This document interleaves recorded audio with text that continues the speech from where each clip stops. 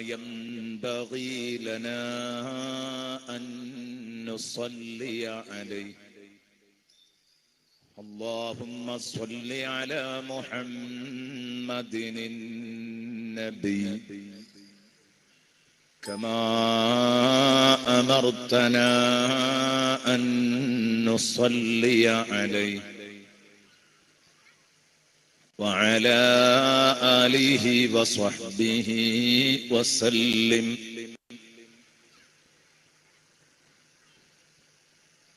أما بعد فأعوذ بالله من الشيطان الرجيم.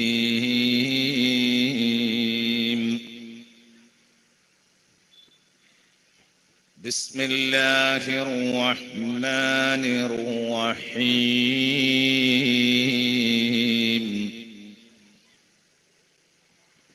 وأنزلنا من المعصرات ماء ثجاجا لنخرج به حبا ونباتا وجنات ألفافا.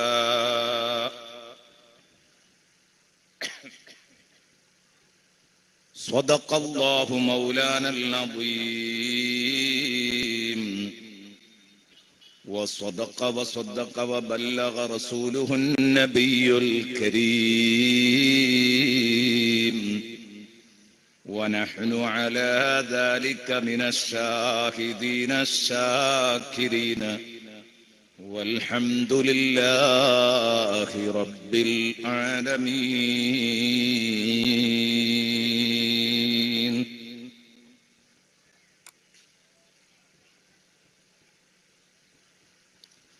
الصلاة على النبي كل وقت دائما لاح نجم في السماء سيدي خير النبي. الصلاة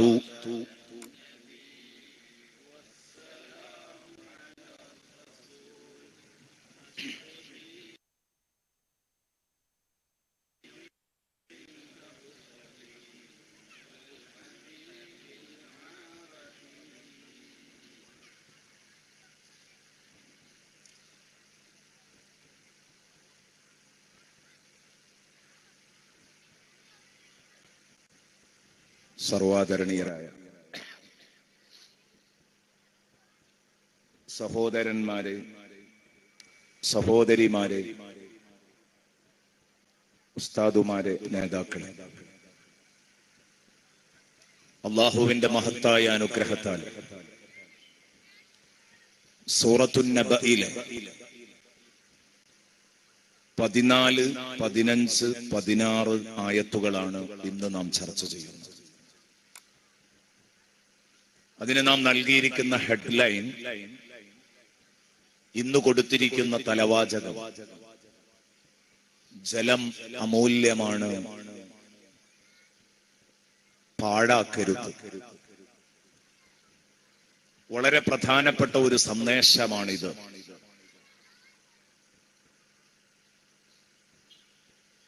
വളരെ പ്രാധാന്യത്തോടുകൂടെ വർത്തമാനകാല മനുഷ്യരെ ഉത്ബോധിപ്പിക്കേണ്ട ഒരു വിഷയമാണ് എന്ന കാര്യത്തിൽ ഒരു തർക്കവുമില്ല. ശുദ്ധജലം നമുക്ക് പ്രദാനം ചെയ്യുന്നത് അല്ലാഹുവാണ്.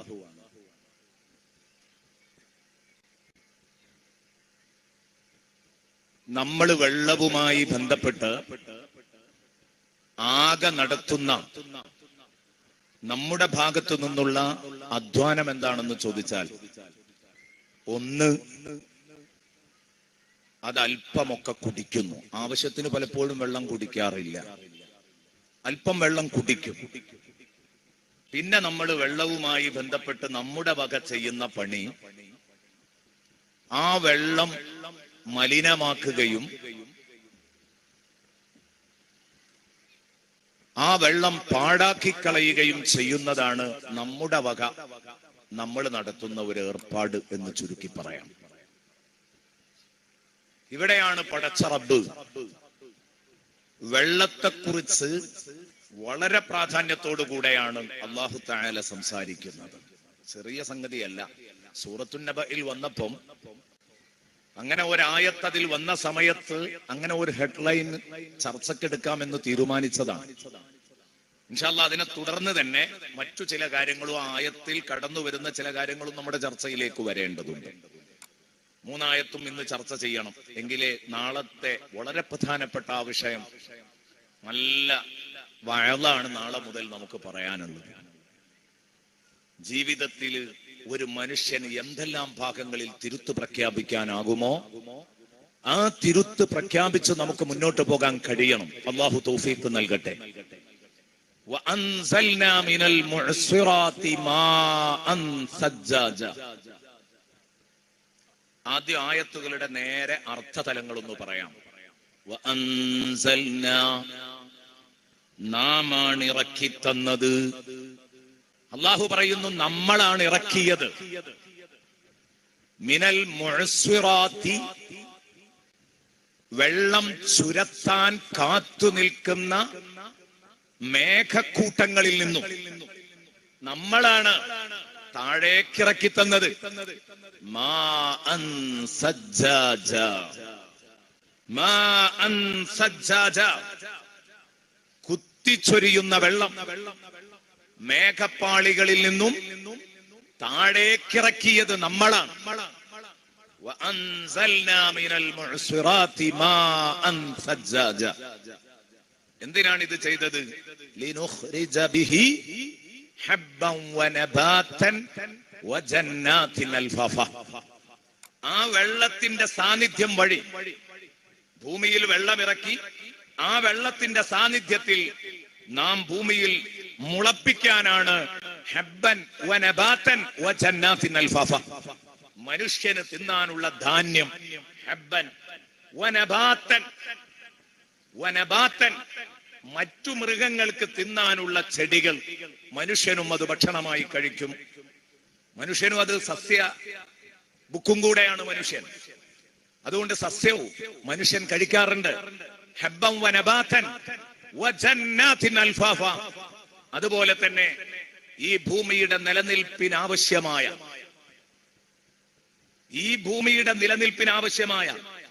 ഭൂമിയിലെ മുഴുവൻ ജീവജാലങ്ങളുടെയും നിലനിൽപ്പിന്, അതിന്റെ സുരക്ഷിതത്തിന് ആധാരമായ ഇടതൂർന്ന് നിൽക്കുന്ന തോട്ടങ്ങളും മരങ്ങൾ, മറ്റു സസ്യലതാദികൾ എല്ലാം മുളച്ച് പ്രകൃതി സൗന്ദര്യം ഉടുത്തൊരുങ്ങി നിൽക്കുന്ന ഒരു രംഗം. അത് കേവലം നമ്മുടെ കണ്ണിനഴകിന് മാത്രമല്ല, അത് ലക്ഷ്യമുണ്ട്.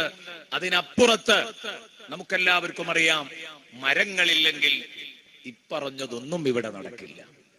ജീവന്റെ നിലനിൽപ്പ് തന്നെ മരങ്ങളെ ആശ്രയിച്ചാണ് കഴിയുന്നത്. അതുകൊണ്ട് തന്നെ ധാരാളം മരങ്ങൾ അള്ളാഹു ഈ ഭൂമിയിൽ വെച്ചു. പലതരത്തിലുള്ള സസ്യങ്ങളും മുളപ്പിച്ചു. വജന്നാതിൻ അൽഫാഫ, ഇടതൂർന്ന് നിൽക്കുന്ന ഘോരവനങ്ങള്, തോട്ടങ്ങള്, ഇതൊക്കെ ഈ ഭൂമിയില് അള്ളാഹു സംവിധാനിച്ചതാണ്. അൽഹംദുലില്ലാഹ്. അള്ളാഹു റബ്ബുൽ ഇസ്സത്ത് വെള്ളമിറക്കിയത് ലിനുഖ്രിജ ബിഹി ഹബ്ബൻ വനബാതൻ വജന്നാതിൻ അൽഫാഫ. ഇവിടത്തെ കാർഷിക രംഗം സജീവമാക്കാനാണെങ്കിൽ ഈ കാർഷിക രംഗത്ത് നിന്ന് മനുഷ്യൻ ഒളിച്ചോട്ടം നടത്തുന്ന ഒരു കാലഘട്ടമാണ്. അതുകൊണ്ട് ഒരല്പം അതേക്കുറിച്ചും നമുക്ക് പറയേണ്ടതുണ്ട്.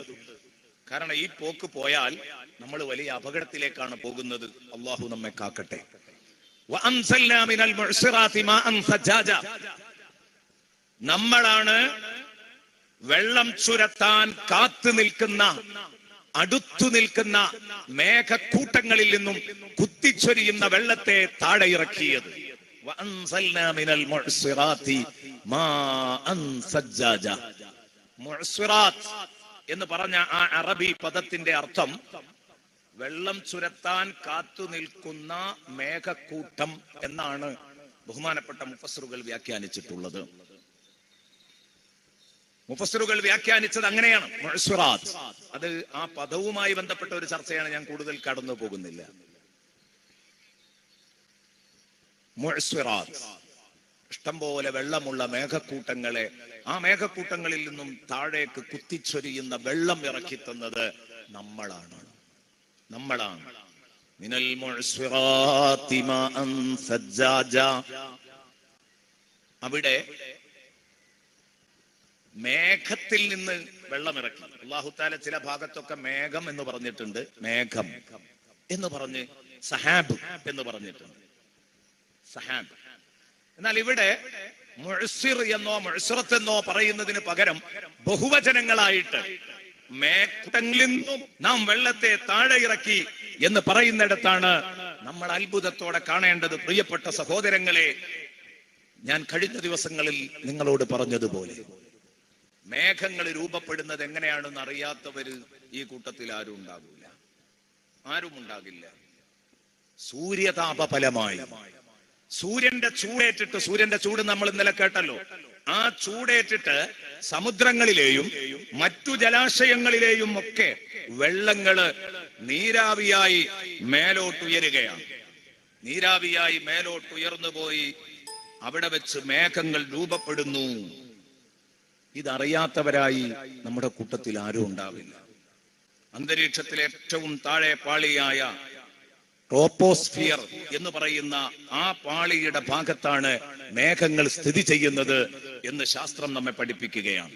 എന്നിട്ട് ഞാനിത് പറയുന്നത് ഖുർആനില് എത്രയോ ആളുകൾ പറഞ്ഞു, സുബ്ഹാനല്ലാഹ്, നമ്മൾ ഈ പഠിച്ചുകൊണ്ടിരിക്കുന്ന ആശയങ്ങളൊക്കെ ഈ ലോകത്തേക്കൊന്നും എത്തി നോക്കാൻ കഴിയാത്ത ഒരു കാലത്ത് സയ്യിദുനാ മുഹമ്മദുർ റസൂലുള്ളാഹി തങ്ങൾ വിളിച്ചു പറഞ്ഞിട്ടുണ്ടെങ്കിൽ ഇത് അല്ലാഹുവിന്റെ കലാമാണെന്ന് തീർച്ചപ്പെടുത്തുന്ന ഏറ്റവും വലിയ തെളിവാണിത്. മേഘക്കൂട്ടങ്ങളെ കുറിച്ച് ചർച്ച ചെയ്യുന്നിടത്ത് പറയുന്നത് കാണാം, മേഘത്തിന് പ്രധാനമായും 3 തട്ടുകളുണ്ട്. മേഘം ഒരു തട്ടല്ല, മേഘത്തിന് പ്രധാനമായി 3 തട്ടുകളുണ്ട്. ഈ 3 തട്ടുകൾ, ഒന്ന് മുകൾ തട്ട്, മധ്യത്തട്ട്, അടിത്തട്ട്, ഇങ്ങനെ 3 തട്ടുകളുണ്ട്. 3 തട്ടുകളായിട്ടാണ് മേഘം കിടക്കുന്നത്. മുകൾ തട്ട് എന്ന് പറഞ്ഞാൽ അതും ഭൂമിയും, ഇപ്പൊ നമ്മൾ ഈ കാണുന്ന മേഘം, ഇത് നമ്മൾ ഇന്നലെ പറഞ്ഞതുപോലെ ഒന്നാം ആകാശത്തല്ല കിടക്കുന്നത്. നമ്മൾ ഇന്നലെ ദൂരം പ്രഖ്യാപിച്ച പരിചയപ്പെടുത്തിയ ഒന്നാം ആകാശത്ത് എന്ന് ഒരിക്കലും ധരിക്കരുത്. വളരെ താഴെയാണുള്ളത് എന്ന് പറഞ്ഞാൽ, താഴെ എന്ന് പറഞ്ഞാൽ അതേക്കുറിച്ച് നമ്മെ പഠിപ്പിക്കുന്നത് ഈ മുകളിലെ തട്ടിലെ മേഘങ്ങൾ ഭൂമിയിൽ നിന്നും പരമാവധി പോയാൽ 5 കിലോമീറ്റർ ഉയരത്തിലെത്തുള്ളൂ. ഭൂമിയിൽ നിന്ന് 5 കിലോമീറ്റർ നമ്മൾ ഇന്ന മേഘം ഏത് മുകൾ തട്ടിലെ മേഘം. അതേസമയം മധ്യത്തട്ടിലെ മേഘം 2നും 5നും ഇടയിലാണ്, 3-4 കിലോമീറ്ററിന്റെ ഉള്ളിൽ ഉള്ളതാണ് മധ്യത്തട്ടിലെ മേഘം. ഇനി അടിത്തട്ടിലെ മേഘമുണ്ട്. ആ അടിത്തട്ടിലെ മേഘം 2 ഇതിന്റെ ദൂരം, 2 കിലോമീറ്റർ ആണ് ഇതിന്റെ ദൂരം. അപ്പൊ നമ്മൾ ഈ കാണുന്ന മേഘങ്ങളൊക്കെ ഒരു 2 കിലോമീറ്റർ അകലെ മാത്രമേ അതിനുള്ളൂ. സുബ്ഹാനല്ലാഹ്. ഞാൻ പറഞ്ഞു വരുന്നത്, ഇത് രൂപപ്പെടുത്തി, ഈ മേഘക്കൂട്ടങ്ങളെ രൂപപ്പെടുത്തി അല്ലാഹു റബ്ബുൽ ഇസ്സത്ത് അതിൽ നിന്ന് വെള്ളം ഇറക്കി തരുന്നു. നീരാവിയായി പൊങ്ങി പോയിട്ട് മേഘങ്ങൾ രൂപപ്പെടും, അത് മഴയായി വർഷിക്കും. വീണ്ടും കടലിലെയും മറ്റു ജലാശയങ്ങളിലെയും വെള്ളം വീണ്ടും നീരാവിയായി പൊങ്ങും, വീണ്ടും മഴ പെയ്യും. നമ്മൾ സ്കൂളിൽ നിന്ന് പഠിച്ചിട്ടുണ്ട്, ഇതിനെയാണ് ജലചക്രം എന്ന് വിളിക്കുന്നത്.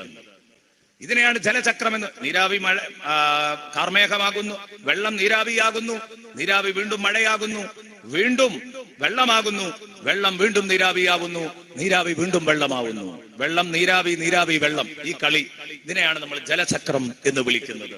ഞാനിവിടെ ഇത് ഉദ്ധരിക്കാനുണ്ടായ കാരണം, വഅൻസൽനാ മിനൽ മുഅ്സിറാത്ത് എന്ന് പറഞ്ഞപ്പോൾ അള്ളാഹു കണ്ടോ, നിങ്ങൾ ബഹുവചന പ്രയോഗമാ നടത്തിയത്, മേഘക്കൂട്ടങ്ങൾ. കാരണം ഇങ്ങനെ 3 തട്ടുകൾ മേഘത്തിനുണ്ടെങ്കിൽ മിനൽ മുഅ്സിറാത്ത് എന്ന പ്രയോഗം എന്തുകൊണ്ട് ഇതൊക്കെ ഇത്ര കൃത്യമായി വന്നു? നമുക്കറിയാം ഹബീബ് റസൂലുള്ളാഹി സ്വല്ലല്ലാഹു അലൈഹി വസല്ലമ തങ്ങള് എവിടെന്നാണ് നബി തങ്ങളുടെ കയ്യിലുണ്ടായിരുന്ന സർട്ടിഫിക്കറ്റ് എന്താണ്? നബി സല്ലല്ലാഹു അലൈഹി വസല്ലമ തങ്ങൾ ഭൗതിക വിദ്യകള് പഠിച്ച് അതിൽ സർട്ടിഫിക്കറ്റ് നേടിയ ആളല്ല. അല്ലാഹുവിന്റെ ഹബീബ് സല്ലല്ലാഹു അലൈഹി വസല്ലമ തങ്ങള് ഈ സുന്ദരമായ ആശയങ്ങൾ വിളിച്ചു പറഞ്ഞത് ബഹുമാനപ്പെട്ട മുത്തുനബി ഹിറാ ഗുഹയിൽ നിന്നിറങ്ങി വന്നാണ്. അല്ലേ? ഹിറാ ഗുഹയിലേക്ക് മുത്തുനബി കയറി പോകുമ്പോൾ ഏതൊരു തുണിയും കുപ്പായവും ധരിച്ചുകൊണ്ടാണോ കയറിപ്പോയത്, ആ തുണിയിലും കുപ്പായത്തിലും ഒരു പക്ഷേ ഒരൽപ്പം പൊടി പുരണ്ടിട്ടുണ്ടാവും. അതല്ലാതെ മറ്റൊരു സർട്ടിഫിക്കറ്റും റസൂലുള്ളാന്റെ കയ്യിലില്ല. അവിടെ നിന്ന് വന്ന് വിളിച്ചു പറഞ്ഞ ഈ കാര്യങ്ങൾ ഇന്നും ലോകത്ത് ഇത്ര വലിയ സത്യമായി പുലരുന്നുണ്ടെങ്കിൽ അതിന്റെ അർത്ഥം എന്താണ്? ആകാശത്തെ പടച്ച, ഭൂമിയെ പടച്ച, പർവ്വതങ്ങളെ പടച്ച, വെള്ളത്തെ ഉണ്ടാക്കിയ പടച്ച റബ്ബാണ് മുത്തുനബിക്ക് ഈ സന്ദേശം നൽകിയത്. അതില് വെള്ളം ചേരാതെ മുത്തുനബി നമ്മളിലേക്ക് എത്തിച്ചു തന്നു. അതുകൊണ്ട് ഇത് തിരുത്തേണ്ടി വരില്ല. ഇനി നമ്മള് ഈ മേഘങ്ങളെ കുറിച്ച് നമ്മൾ ചർച്ച ചെയ്യുന്നുണ്ടെങ്കിൽ മേഘം രൂപപ്പെടുന്നത്, മഴ പെയ്യുന്നത്, ശുദ്ധജലമാകുന്നത്, ഇതൊക്കെ നമ്മുടെ ചർച്ചയിൽ കടന്നു വരുന്നുണ്ടെങ്കിൽ എന്റെ എന്ന ചർച്ച നമ്മുടെ സിലബസിലെ പാഠപുസ്തകങ്ങളിൽ കാണില്ല. എന്നാലോ മുഹമ്മദുർ റസൂലുള്ളാഹി തങ്ങളെ നമ്മെ സ്വർഗത്തിലേക്ക് വിളിക്കാൻ ഔദ്യോഗികമായി സ്വർഗത്തിന്റെ ഉടമ, സ്വർഗത്തിന്റെ മുതലാളി തന്റെ വീട്ടിലേക്ക് നമ്മളെ ക്ഷണിക്കാൻ വേണ്ടി അല്ലാഹു യദ്ഉ ഇലാ ദാരിസ്സലാം, അല്ലാഹു നമ്മെ സ്വർഗത്തിലേക്കാ വിളിക്കുന്നത്. ഖുർആൻ പറയുന്നു നമ്മെ സ്വർഗത്തിലേക്ക് ക്ഷണിക്കാൻ അല്ലാഹു വിട്ട ദൂതനാണ് മുഹമ്മദുനിൽ മുസ്തഫ. ആ സമയത്ത് മുഹമ്മദുനിൽ മുസ്തഫ തങ്ങളെ കയ്യിൽ അല്ലാഹു കൊടുത്ത ഇൻവിറ്റേഷൻ ലെറ്ററാണ് പ്രിയപ്പെട്ട സുഹൃത്തുക്കളെ വിശുദ്ധ ഖുർആൻ. നാട്ടിലെ വലിയൊരു മുതലാളി അയാൾ തന്റെ ദൂതനെ വിട്ട് കല്യാണത്തിന് ആളുകളെ വിളിക്കുമ്പോൾ അയാൾ ഒരു ക്ഷണക്കത്ത് കൊടുത്തേക്കും. ദൂതന്റെ കയ്യിൽ ഒരു ക്ഷണക്കത്ത് കൊടുത്തേക്കും. മുതലാളിയുടെ ഒപ്പ് രേഖപ്പെടുത്തിയ ഒരു ക്ഷണക്കത്ത്. ആ ക്ഷണക്കത്താണ് ഖുർആൻ. എന്തേ കാരണം? അലിഫും ബാവും താവും എഴുതി പഠിച്ചിട്ടില്ല, ചൊല്ലി പഠിച്ചിട്ടില്ല. ഒരധ്യാപകന്റെ മുമ്പിൽ അടങ്ങിയിരുന്ന് പഠിച്ച ഒരനുഭവമില്ല. 40 വയസ്സുവരെ ഒരാൾക്കും തെളിയിക്കാൻ കഴിയില്ല. ആ മനുഷ്യനിൽ പെട്ടെന്നൊരു സുപ്രഭാതത്തിലാണ് 40 കഴിഞ്ഞ് മുത്തുനബി സല്ലല്ലാഹു അലൈഹി വസല്ലം എന്ന ആ വലിയ മനുഷ്യൻ, ലോകത്തൊരാൾക്കും എത്തിപ്പിടിക്കാൻ കഴിയാത്ത വിവരങ്ങൾ, മനുഷ്യൻ ഖിയാമത്ത് നാൾ വരെ പഠിച്ചുണ്ടാക്കുന്ന വിവരങ്ങൾ ആ ഹബീബ് വിളിച്ചു പറയുകയാണ്. ഇതെന്തൊരത്ഭുതമാണ്, ഇതെന്തൊരത്ഭുതമാണ്. അപ്പോൾ അല്ലാഹു റബ്ബുൽ ഇസ്സത്ത് നബി സല്ലല്ലാഹു അലൈഹി വസല്ലമ തങ്ങളെ ഈ ക്ഷണക്കത്തും കൊടുത്ത് വിട്ടയക്കുമ്പം അല്ലാഹു പറയുന്നു, ആരാ നിങ്ങളെ ഈ വിളിക്കുന്നത്? ആരാണ് നിങ്ങളെ ഈ കത്തിലുള്ള വിവരങ്ങൾ അറിയിക്കുന്നത്? നമ്മളാ. അതിലൂടെ നമ്മളോട് പറയാനുള്ള മുഴുവൻ കാര്യങ്ങളും അല്ല പറയുമ്പം ഞാനാ ലോകത്തെ പടച്ചത്, ഞാനാ മഴ പെയ്യിപ്പിക്കുന്നത്, ഞാനാ നിങ്ങൾക്ക് ഭക്ഷണം തരുന്നത്. ഇങ്ങനെയാണ് പടച്ചോൻ സംസാരിക്കുന്നത്. വെള്ളമിറങ്ങുന്നു എന്നതല്ല അത്ഭുതം, മഴ പെയ്യുന്നു എന്നതല്ല അത്ഭുതം. അപ്പുറത്തേക്ക് വലിയ അത്ഭുതം ലോകത്തെന്താണെന്ന് നാം മനസ്സിലാക്കണം. അല്ലാഹുവാണ് ഇത് ഇറക്കി തന്നത് എന്നതിനാണ് നാം അടിവരയിടേണ്ടത്. നമ്മളാണ് ഈ വെള്ളം നിങ്ങൾക്ക് താഴെ ഇറക്കി തന്നിട്ടുള്ളത്.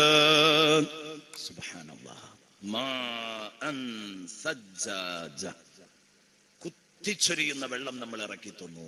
കുത്തിച്ചൊരിയുന്ന വെള്ളം, സജ്ജാജ എന്ന് പറഞ്ഞാൽ കുത്തിച്ചൊരിയുന്ന വെള്ളം എന്നാണ് അതുകൊണ്ട് ഉദ്ദേശിക്കുന്നത്. അഫ്ളലുൽ ഹജ്ജ് അൽ അജ്ജു വസ്സജ്ജ്. ഹജ്ജിന്റെ കൂട്ടത്തിൽ ഏറ്റവും അഫ്ളലായ ശ്രേഷ്ഠതയുള്ള ഹജ്ജ് അൽ അജ്ജു വസ്സജ്ജ്. സ്വദഖ റസൂലുള്ളാഹി. അല്ലാഹുവിന്റെ റസൂൽ പറഞ്ഞു, ഹജ്ജും സജ്ജും ധാരാളമായി ഉള്ള ഹജ്ജാണ് ഏറ്റവും നല്ല ഹജ്ജ്. ഹജ്ജ് എന്ന് പറഞ്ഞാൽ ശബ്ദം വെക്കുക. എന്താ ഈ ശബ്ദം വെക്കുക? തൽബിയത്ത് ഉറക്കെ ചെല്ലുക. ചെല്ലുന്ന, അതുപോലെ തന്നെ വസജ്ജു, ധാരാളം ചൊരിച്ചിലുകൾ നടന്ന രക്തച്ചൊരിച്ചിലുകൾ. ഏത് രക്തച്ചൊരിച്ചിൽ എന്ന് പറഞ്ഞാൽ അതിന് പലപ്പോഴും നമ്മൾ അത് കേൾക്കുമ്പോഴേക്കും മറ്റൊരർത്ഥം ചിന്തിക്കും. അതല്ല, രക്തച്ചൊരിച്ചിൽ എന്ന് പറഞ്ഞാൽ കുത്തിയൊഴുക്കുക. രക്തം എന്ന് പറഞ്ഞാൽ ഹജ്ജ് കഴിഞ്ഞിട്ട് നടത്തുന്ന അറവ്. ആ അറവിനെ കുറിച്ചാണ് പറഞ്ഞത്. അറവ് അധികരിച്ച ഹജ്ജ്, തൽബിയത്ത് അധികരിച്ച ഹജ്ജ്, ഇതാണ് ഹജ്ജിന്റെ കൂട്ടത്തിൽ ഏറ്റവും അഫ്ളലായ ഹജ്ജ്. ഞാനിത് പറഞ്ഞത് ഹജ്ജ് എന്നതിന്റെ അർത്ഥം വിശദീകരിക്കുമ്പോ ബഹുമാനപ്പെട്ട പണ്ഡിതന്മാർ അത് നമുക്ക് ബോധ്യപ്പെടാൻ വേണ്ടിയിട്ട് ഈ ഹദീസും കൂടെ എടുത്തുദ്ധരിച്ചത് കാണാം. കുത്തിച്ചൊരിയുന്ന വെള്ളം ഭൂമിയിലേക്ക് അള്ളാഹു തആല ഇറക്കി തന്നു. ഭൂമിയിലേക്ക് അള്ളാഹു ഇറക്കി തന്നു. എന്റെ പ്രിയപ്പെട്ട സഹോദരങ്ങളെ, ഇൻഷാ അല്ലാഹ് ഇന്ന് നല്ല വിഷയങ്ങൾ നമുക്ക് ചർച്ച ചെയ്യാനുണ്ട്. അതിന്റെ മുമ്പ് ഈ വെള്ളം ഒരു വലിയ അമൂല്യമായ സംഗതിയാണ് എന്ന തിരിച്ചറിവ്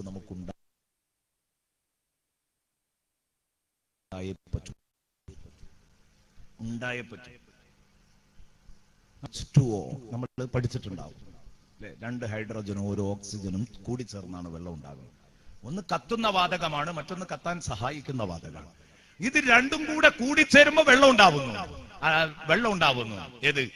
തീയിനെ അണക്കാൻ ശക്തിയുള്ള വെള്ളം ഉണ്ടാകുന്നു. ഏത്? കത്തുന്ന വാതകവും കത്താൻ സഹായിക്കുന്ന വാതകവും കൂടെ കൂടിച്ചേർന്നപ്പോ കത്തുന്ന തീയിനെ അണക്കാൻ കഴിയുന്നു. ഒരു വല്ലാത്ത കുദ്റത്തല്ലേ ഇത്? അവിടെയാണ് അത്ഭുതം. ഖിയാമത്ത് നാളിനെ കുറിച്ച് പറയുമ്പോൾ അള്ളാഹു പറയുന്നുണ്ട്, സമുദ്രങ്ങളെ കത്തിക്കപ്പെടും. അല്ലെ, നമ്മൾ ഇവിടെ വായിച്ച കൂട്ടത്തിൽ പറഞ്ഞിട്ടുണ്ട്. ശാസ്ത്രവും ആ നിഗമനത്തിലേക്ക് എത്തിയിട്ടുണ്ട്. എങ്ങനെയാ സമുദ്രങ്ങളെ കത്തിക്കുക? എവിടെയെങ്കിലും തീപിടുത്തം ഉണ്ടെങ്കിൽ അത് അണക്കാൻ വേണ്ടി ഫയർഫോഴ്സ് ഓടി വരുന്നത് വെള്ളവുമായിട്ടല്ലേ?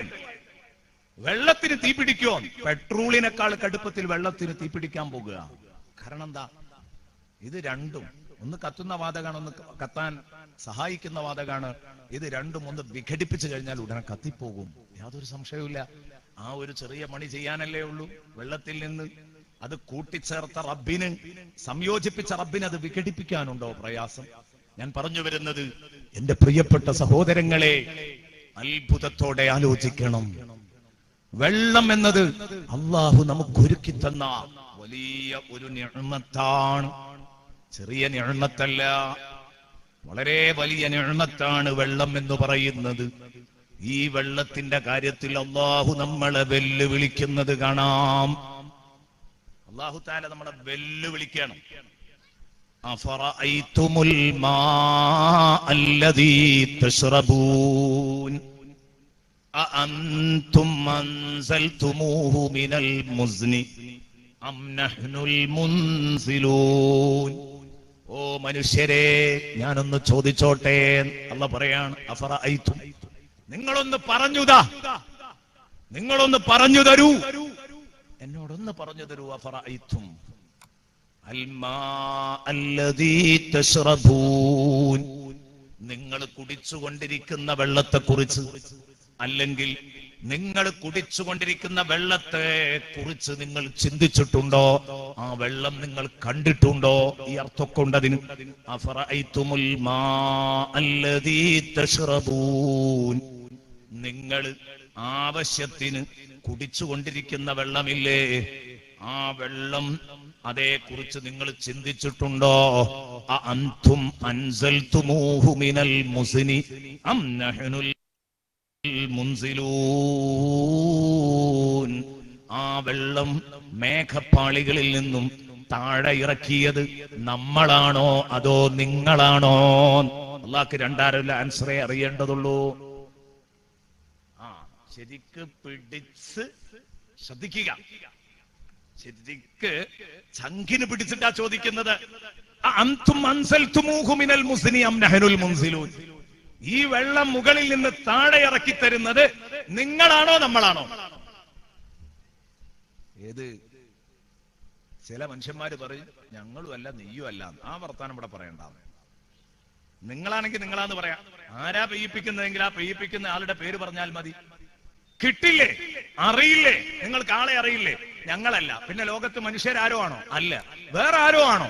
പറയൂ. ജന്തുക്കൾ ഏതോ ആണോ? അല്ല. പിന്നെ ആരാ? ആരുമല്ല. അങ്ങനെ എന്തായാലും ഉണ്ടാവാൻ പാടില്ല. കാരണം ഒരു യുക്തിവാദിയും സമ്മതിക്കാത്ത കാര്യമാണ് ഒറ്റക്കൊരു സംഗതി ഉണ്ടാവുക എന്ന്. ആരും സമ്മതിക്കൂല. അത് ഞാൻ അവരോട് പറഞ്ഞാൽ തന്നെ അവർക്കത് ബോധ്യപ്പെടും. അവരോട് പറഞ്ഞാൽ തന്നെ ഈ കാര്യം അവർക്ക് ബോധ്യപ്പെടും. വിഷയത്തിലേക്ക് കടന്ന് അത്തരം വിഷയങ്ങളിലേക്ക് കടക്കുമ്പോഴേക്ക് സമയം വൈകുന്നുള്ളത് കൊണ്ട് മാത്രമാണ് ഞാൻ വിഷയത്തിലേക്ക് തന്നെ തിരിച്ചു വരട്ടെ. പ്രിയപ്പെട്ട സുഹൃത്തുക്കളെ, അള്ളാഹു ചോദിക്കുകയാണ്, ഇവിടെ മഴ പെയ്യിപ്പിക്കുന്നത് ഞാനാന്ന് അവകാശപ്പെടുന്ന ഒരു പടപ്പുമില്ല. സൂറത്തുൽ വാഖിയയിലാണ്. സൂറത്തുൽ വാഖിയ 68, 69, 70 ആയത്തുകൾ. സൂറത്തുൽ വാഖിയയിൽ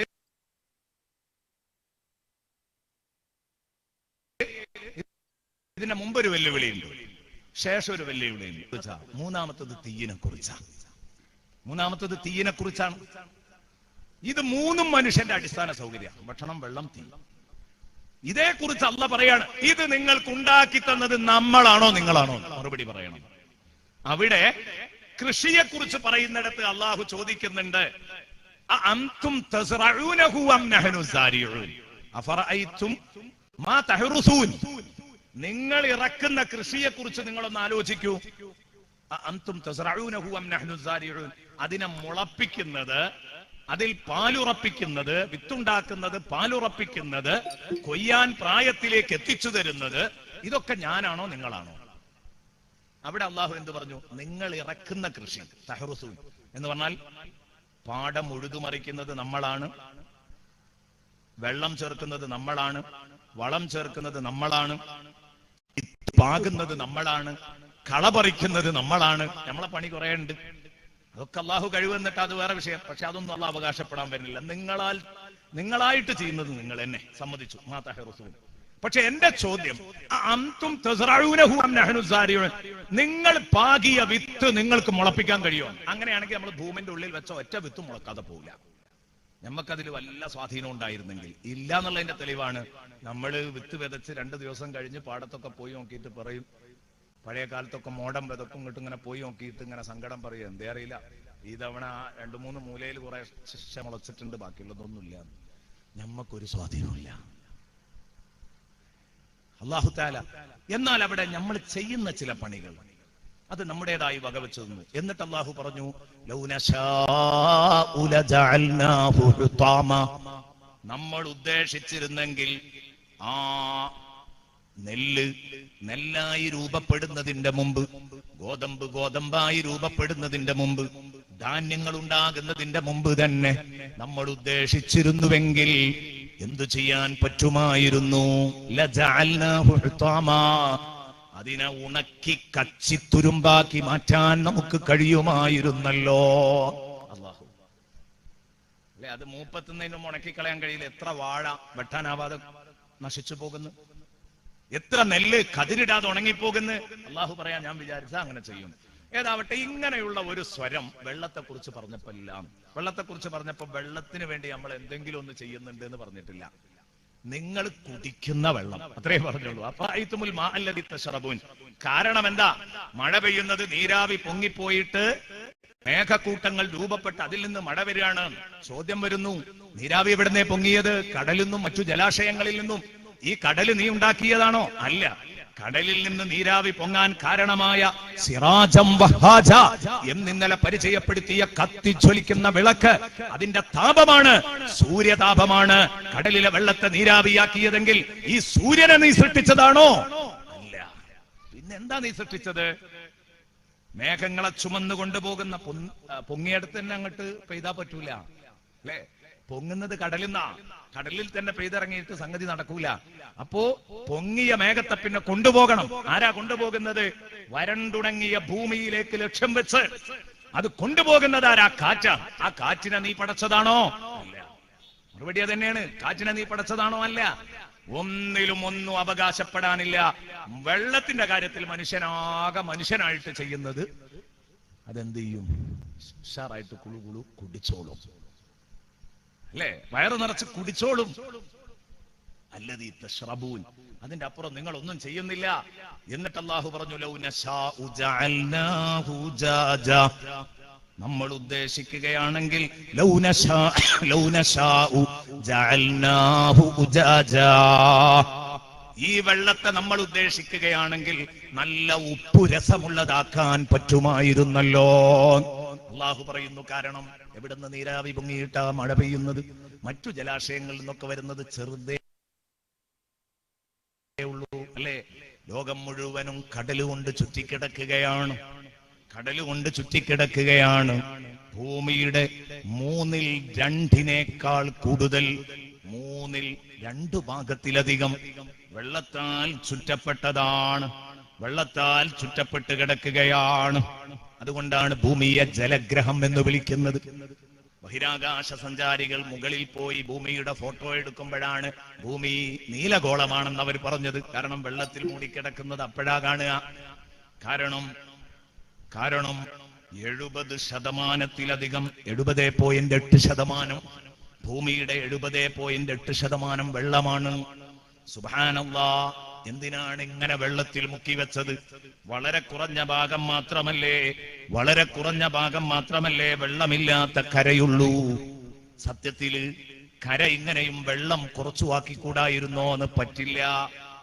പറ്റില്ല. വെള്ളത്തിന്റെ അളവ് അല്ലാഹു വർദ്ധിപ്പിച്ചു. ഭൂമിയിൽ മൊത്തം വെള്ളത്തിന്റെ അളവ് 130 കോടി ഘനകിലോമീറ്ററാണ്. ഭൂമിയിൽ മൊത്തം വെള്ളത്തിന്റെ അളവ്. അതിൽ ശുദ്ധജലമുള്ളത് 3.6 കോടി മാത്രമാണ്.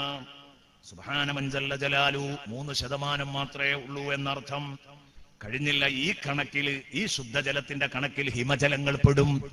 മഞ്ഞു ജലങ്ങളൊക്കെ ഈ കൂട്ടത്തിൽ ഉൾപ്പെടുന്നുണ്ട്. അത് മനുഷ്യന് കുടിക്കാൻ പറ്റൂല. ചുരുക്കി അങ്ങ് പറഞ്ഞാൽ മനുഷ്യന് പാനം ചെയ്യാൻ പറ്റുന്ന ശുദ്ധജലം 1.1 മാത്രമേ ഉള്ളൂ. 1% പോലും ഇല്ലെന്നർത്ഥം.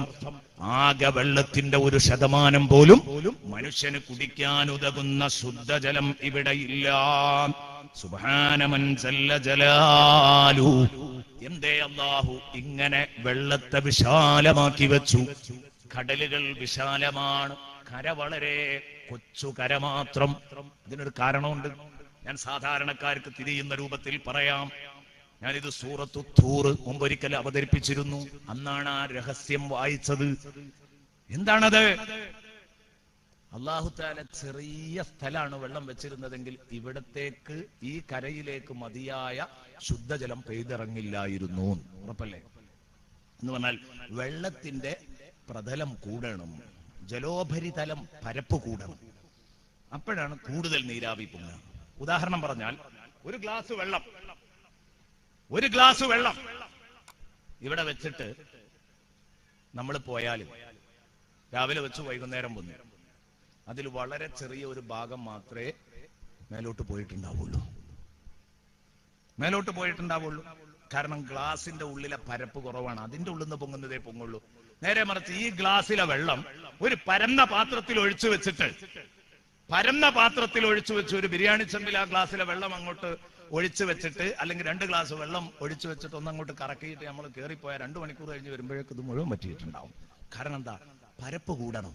അപ്പോഴാണ് അത്രയും ഭാഗത്ത് നിന്ന് നീരാവി ഇങ്ങനെ പൊങ്ങുമ്പോൾ പെട്ടെന്ന് ഇത് കാലിയാവും. എന്നതുപോലെ ചെറിയ സ്ഥലത്തേക്ക് നീരാവി പൊങ്ങിയിട്ട് ആവശ്യമായ വെള്ളങ്ങൾ കിട്ടണമെങ്കിൽ പരന്ന് കിടക്കുന്ന ജലോപരിതലം വേണം. അള്ളാഹുവിന്റെ തീരുമാനം നോക്കൂ നിങ്ങൾ. അത് അള്ളാഹുവിന്റെ തീരുമാനമാണ്. എങ്കിൽ ആ ജലം ഉപ്പു കട്ടിയായി കിടക്കുന്ന വെള്ളമാണ്. അല്ലേ? കടലിലെ വെള്ളല്ലേ കാര്യമായിട്ടുള്ളത്. ഈ കടലിലെ ഉപ്പു കട്ടിയുള്ള, ഉപ്പുരസമുള്ള ഈ വെള്ളത്തിൽ നിന്ന് പൊങ്ങിപ്പോയ നീരാവി തിരിച്ചു വരുമ്പോൾ ഒരു ചമർപ്പുമില്ല, കയ്പില്ല, സ്വാദിഷ്ടമായ ശുദ്ധജലം. ആരാ ഇത് ശുദ്ധീകരിച്ചത്? അള്ളാഹു ചോദിക്കുകയാണ്. ഞാൻ ഉദ്ദേശിച്ചിരുന്നെങ്കിൽ ഉപ്പുരസമുള്ളതാക്കാൻ പറ്റൂലായിരുന്നോ എന്ന് ചോദിച്ചത് എവിടെയാണ്? ലൗ നശാഉ ജഅൽനാഹു ജാജാ. ഞാൻ ഉദ്ദേശിച്ചിരുന്നെങ്കിൽ നിങ്ങളുടെ വാഴ, നിങ്ങളുടെ നെല്ല് എനിക്ക് ഉണക്കാൻ പറ്റിയിരുന്നില്ലേ എന്ന് ചോദിച്ചപ്പോൾ അല്ലാഹു ചോദിച്ചത് ലൗ നശാഉ ലജഅൽനാഹു ഹിതാമാന. വെള്ളത്തെ കുറിച്ച് പറഞ്ഞപ്പം ലൗ നശാഉ ജഅൽനാഹു ജാജാ. കാരണം അത് സിമ്പിളായി പറഞ്ഞാൽ മതി, അപ്പോഴേക്കെന്നെ തലയാട്ടും. ശക്തിപ്പെടുത്തി അവിടെ പറയേണ്ട കാര്യമല്ല, മറ്റേടത്ത് ഒന്നും കൂടെ ശക്തി കൊടുക്കണം. അതിനാണ് ലജഅൽനാഹു, തീർച്ചയായിട്ടും നമ്മളാക്കുമായിരുന്നു. കാരണം അതിൽ ഒരു ചെറിയ നിഷേധമൊക്കെ നമ്മുടെ ഭാഗത്ത് നിന്ന് വരും. അത് നേരത്തിന് ഞാൻ വളർത്തിട്ടില്ലെങ്കിൽ ധിക്കാരിയായ നമ്മള്. അപ്പൊ അതുകൊണ്ട് അല്ലാഹു റബ്ബുൽ ഇസ്സത്ത് ഒന്ന് ശക്തിപ്പെടുത്തി പറഞ്ഞു, എല്ലാ കാര്യങ്ങൾ അതും നടത്തുന്നത് ഞാനാണ്, നീ സമ്മതിക്കണം. അല്ലാഹു പറയാം. സുബ്ഹാനല്ലാഹ്. അതേസമയം വെള്ളത്തെ കുറിച്ച് അത്തരം ഒരു സംഗതിയില്ല. കാരണം വെള്ളം വളരെ വെള്ളത്തെക്കുറിച്ചുള്ള അള്ളാഹുവിന്റെ ചാലഞ്ച് അള്ളാഹു വളരെ ലളിതമായിട്ട് അവതരിപ്പിച്ചത്. കാരണം അതിന് ആരും മസില് പിടിക്കാൻ പോകൂല, ആരും അള്ളാഹുവിന് നേരെ കണ്ണുരുട്ടാൻ പോകൂല, എല്ലാരും സമ്മതിക്കും. ഇതിൽ നമുക്ക് യാതൊരു സ്വാധീനവുമില്ല. ലൗ നശാഉ ജഅൽനാഹു ഉജാജാ. എങ്ങനെയുണ്ട് സൂറത്തുൽ വാഖിയയുടെ വെല്ലുവിളി? ആരാണിതൊക്കെ ശ്രദ്ധിക്കാറുള്ളത്? ഇനി അതാ അല്ലാഹു തആല പറയുന്നു സൂറത്തുൽ കഹ്ഫിൽ. വെള്ളിയാഴ്ച, കഴിഞ്ഞ വെള്ളിയാഴ്ച ഓതിയില്ലേ? ഇന്നലെ ഒരു സഹോദരൻ എന്നെ വിളിച്ചു പറഞ്ഞു, ഉസ്താദേ, കഴിഞ്ഞ കൊല്ലം നിങ്ങൾ എല്ലാ വെള്ളിയാഴ്ചയും സൂറത്തുൽ കഹ്ഫ് ഓതുന്നവന് അല്ലാഹു റബ്ബുൽ ഇസ്സത്ത് സിറാത്ത് പാലം നരകത്തിൽ വീഴാതെ കടക്കാനുള്ള അവസരമൊരുക്കും. അത് മുത്തുനബി പറഞ്ഞതാ. ഞാൻ കഴിഞ്ഞ കൊല്ലം പറഞ്ഞിരുന്നു, സദസ്സിനോട് കണ്ടീഷൻ ചെയ്തിരുന്നു, അങ്ങനെ തന്നെ ആവണം, നിങ്ങൾ പ്രതിജ്ഞ ചെയ്യണം എന്ന് പറഞ്ഞിരുന്നു. സുബ്ഹാന മൻ ജല്ല ജലാലു. ഇന്നലെ ഒരു ചെറുപ്പക്കാരൻ എന്നെ വിളിച്ചു പറഞ്ഞു, ആ വർഷം മുതൽ ഇന്നലെ വരെ ഉള്ള വെള്ളിയാഴ്ചകളിൽ ഒരൊറ്റ വെള്ളിയാഴ്ച മാത്രമേ എനിക്ക് മുടങ്ങിയിട്ടുള്ളൂ. എനിക്കത് കേട്ടപ്പോ വല്ലാത്ത സന്തോഷം തോന്നി. ഞാൻ ഇതിന്റെ പ്രവർത്തകരോട് പറയുന്നു, നിങ്ങൾ ധന്യരാണ്. ഒരാള് ഇത് മുഖവിലക്കെടുത്തോതിയെങ്കിൽ അങ്ങനെ ധാരാളം സഹോദരിമാർ ഈ പ്രഭാഷണം കേൾക്കുന്നവരെല്ലാ വെള്ളിയാഴ്ചയും അൽ കഹ്ഫ് ഓതുന്നുണ്ട്. ഞാനന്ന് പറഞ്ഞിരുന്നു, പെണ്ണുങ്ങൾക്കും അൽ കഹ്ഫ് ഓതൽ സുന്നത്താണ്, വളരെ പ്രധാനപ്പെട്ട സുന്നത്താണ്. പള്ളി വരണ്ട, ജമാഅത്തില്ല, അതൊന്നും പെണ്ണുങ്ങൾക്കില്ല. പക്ഷേ അൽ കഹ്ഫ് ഓതൽ നിങ്ങൾക്കും വളരെ പ്രധാനപ്പെട്ട സുന്നത്താണെന്ന് പറഞ്ഞിരുന്നു. സഹോദരിമാരും ഓതുന്നുണ്ട്. പറഞ്ഞതൊരു സഹോദരനാണ്. ഇന്നലെയോ ഇന്നോ എന്നെ വിളിച്ചു പറഞ്ഞു. ഞാൻ സന്തോഷിക്കുന്നു. പ്രിയപ്പെട്ട സഹോദരങ്ങളെ, എന്റെ പ്രിയപ്പെട്ട സഹോദരങ്ങളെ, ഞാൻ ചോദിക്കട്ടെ, പടച്ച റബ്ബ് എന്നോടും നിങ്ങളോടും പറയുന്ന ഇത്തരം പൊള്ളുന്ന വെല്ലുവിളികൾ, ഇതിനെ എങ്ങനെയാ നമുക്ക് നേരിടാൻ കഴിയുക? അള്ളാഹുവിന്റെ വെള്ളം കുടിച്ച്, അള്ളാഹുവിന്റെ ഭക്ഷണം കഴിച്ച് കഴിഞ്ഞുകൂടുന്ന മനുഷ്യരെ കുറിച്ച് അള്ളാഹ് സൂറത്തുൽ വാഖിയയിൽ ചോദിക്കുകയാണ്, ഫലൗലാ തഷ്കുറൂൻ, ഫലൗലാ തഷ്കുറൂൻ. എന്താ നിങ്ങൾ നന്ദി പ്രകടിപ്പിക്കാത്തത്? ഞാൻ പറഞ്ഞു വന്നത് എന്തേ? സൂറത്തുൽ കഹ്ഫ് അത് പരാമർശിച്ചപ്പോഴായിരുന്നു അത് പറഞ്ഞത്. ആ അൽ കഹ്ഫ് എല്ലാ വെള്ളിയാഴ്ചയും എല്ലാവരും ഓതണം. അൽ കഹ്ഫിലുണ്ട് ഇതിന് സമാനമായ ഒരു വെല്ലുവിളി. ഞാൻ ഉണ്ടാക്കി തന്ന വെള്ളം, ഞാൻ ഉണ്ടാക്കി തന്ന ഭക്ഷണം, അത് നിങ്ങൾ കുടിക്കുമ്പോഴും കഴിക്കുമ്പോഴും ഒരു ബിസ്മി ചൊല്ലിക്കൂടെ? അത് കഴിഞ്ഞെഴുന്നേൽക്കുമ്പോൾ ഒരു അൽഹംദുലില്ലാ പറഞ്ഞൂടെ? ഇതാണ് ഫലൗലാ തഷ്കുറൂൻ എന്ന് സൂറത്തുൽ വാഖിയയിൽ അല്ലാഹ് പറഞ്ഞത്. അതിന്റെ മുമ്പ് വെള്ളം നിങ്ങൾക്ക് തരുന്നത് ഞാനോ നിങ്ങളോ എന്ന് വെല്ലുവിളി സ്വരത്തിൽ അല്ലാഹു ചോദിച്ചു. ഞാനോ നിങ്ങളോ എന്ന് പറഞ്ഞാൽ മതി, നമ്മളാന്നുണ്ടെങ്കിൽ പറയാം, അതല്ലെങ്കിൽ പടച്ചോനാൻ സമ്മതിക്കണം. കാരണം ഈ സദസ്സ് കഴിഞ്ഞു, പിരിഞ്ഞു പോയി, എല്ലാവരും പിരിഞ്ഞു പോയ സമയത്ത് ഇതിന്റെ പ്രവർത്തകരിൽ ഒരാൾക്ക് നിങ്ങൾ ഇരിക്കുന്ന കസേരയുടെ ഭാഗത്ത് നിന്ന് ഒരു പേഴ്സ് കിട്ടി. ഇവിടെ അനൗൺസ് ചെയ്തു, ഒരു പേഴ്സ് വീണ് കിട്ടിയിട്ടുണ്ട്, കക്ഷി തെളിവ് സഹിതം വരികയാണെങ്കിൽ തിരിച്ചു കൊടുക്കുന്നു. ആരും വന്നില്ല. ആയിരക്കണക്കിന് ജനങ്ങൾ കൂടിയ ഈ സദസ്സിൽ ഒരാളും വന്നില്ല. 2-3 ദിവസം വെയിറ്റ് ചെയ്തു. പിറ്റേന്ന് തന്നെ വന്നു ഒരാൾ. പക്ഷെ വേറുള്ള ആളുകൾ ആരും അതിന് തെളിവുമായിട്ട് വരുന്നില്ല. എന്റേതാന്ന് അവകാശവാദം ഉന്നയിച്ച് ആരും വന്നിട്ടില്ല. എന്നാൽ ഇനി 10ാമത്തെ ദിവസം സമാപന സമ്മേളനം കഴിഞ്ഞ് ഈ സാധനം ഇയാൾക്ക് തിരിച്ചു കൊടുക്കാൻ കൂടുതൽ തെളിവ് വേണം. കാരണം ഇതിനൊരൊറ്റ അവകാശവാദക്കാരനെ ഉള്ളൂ എങ്കിൽ സാധനം അയാളുടെ തന്നെ.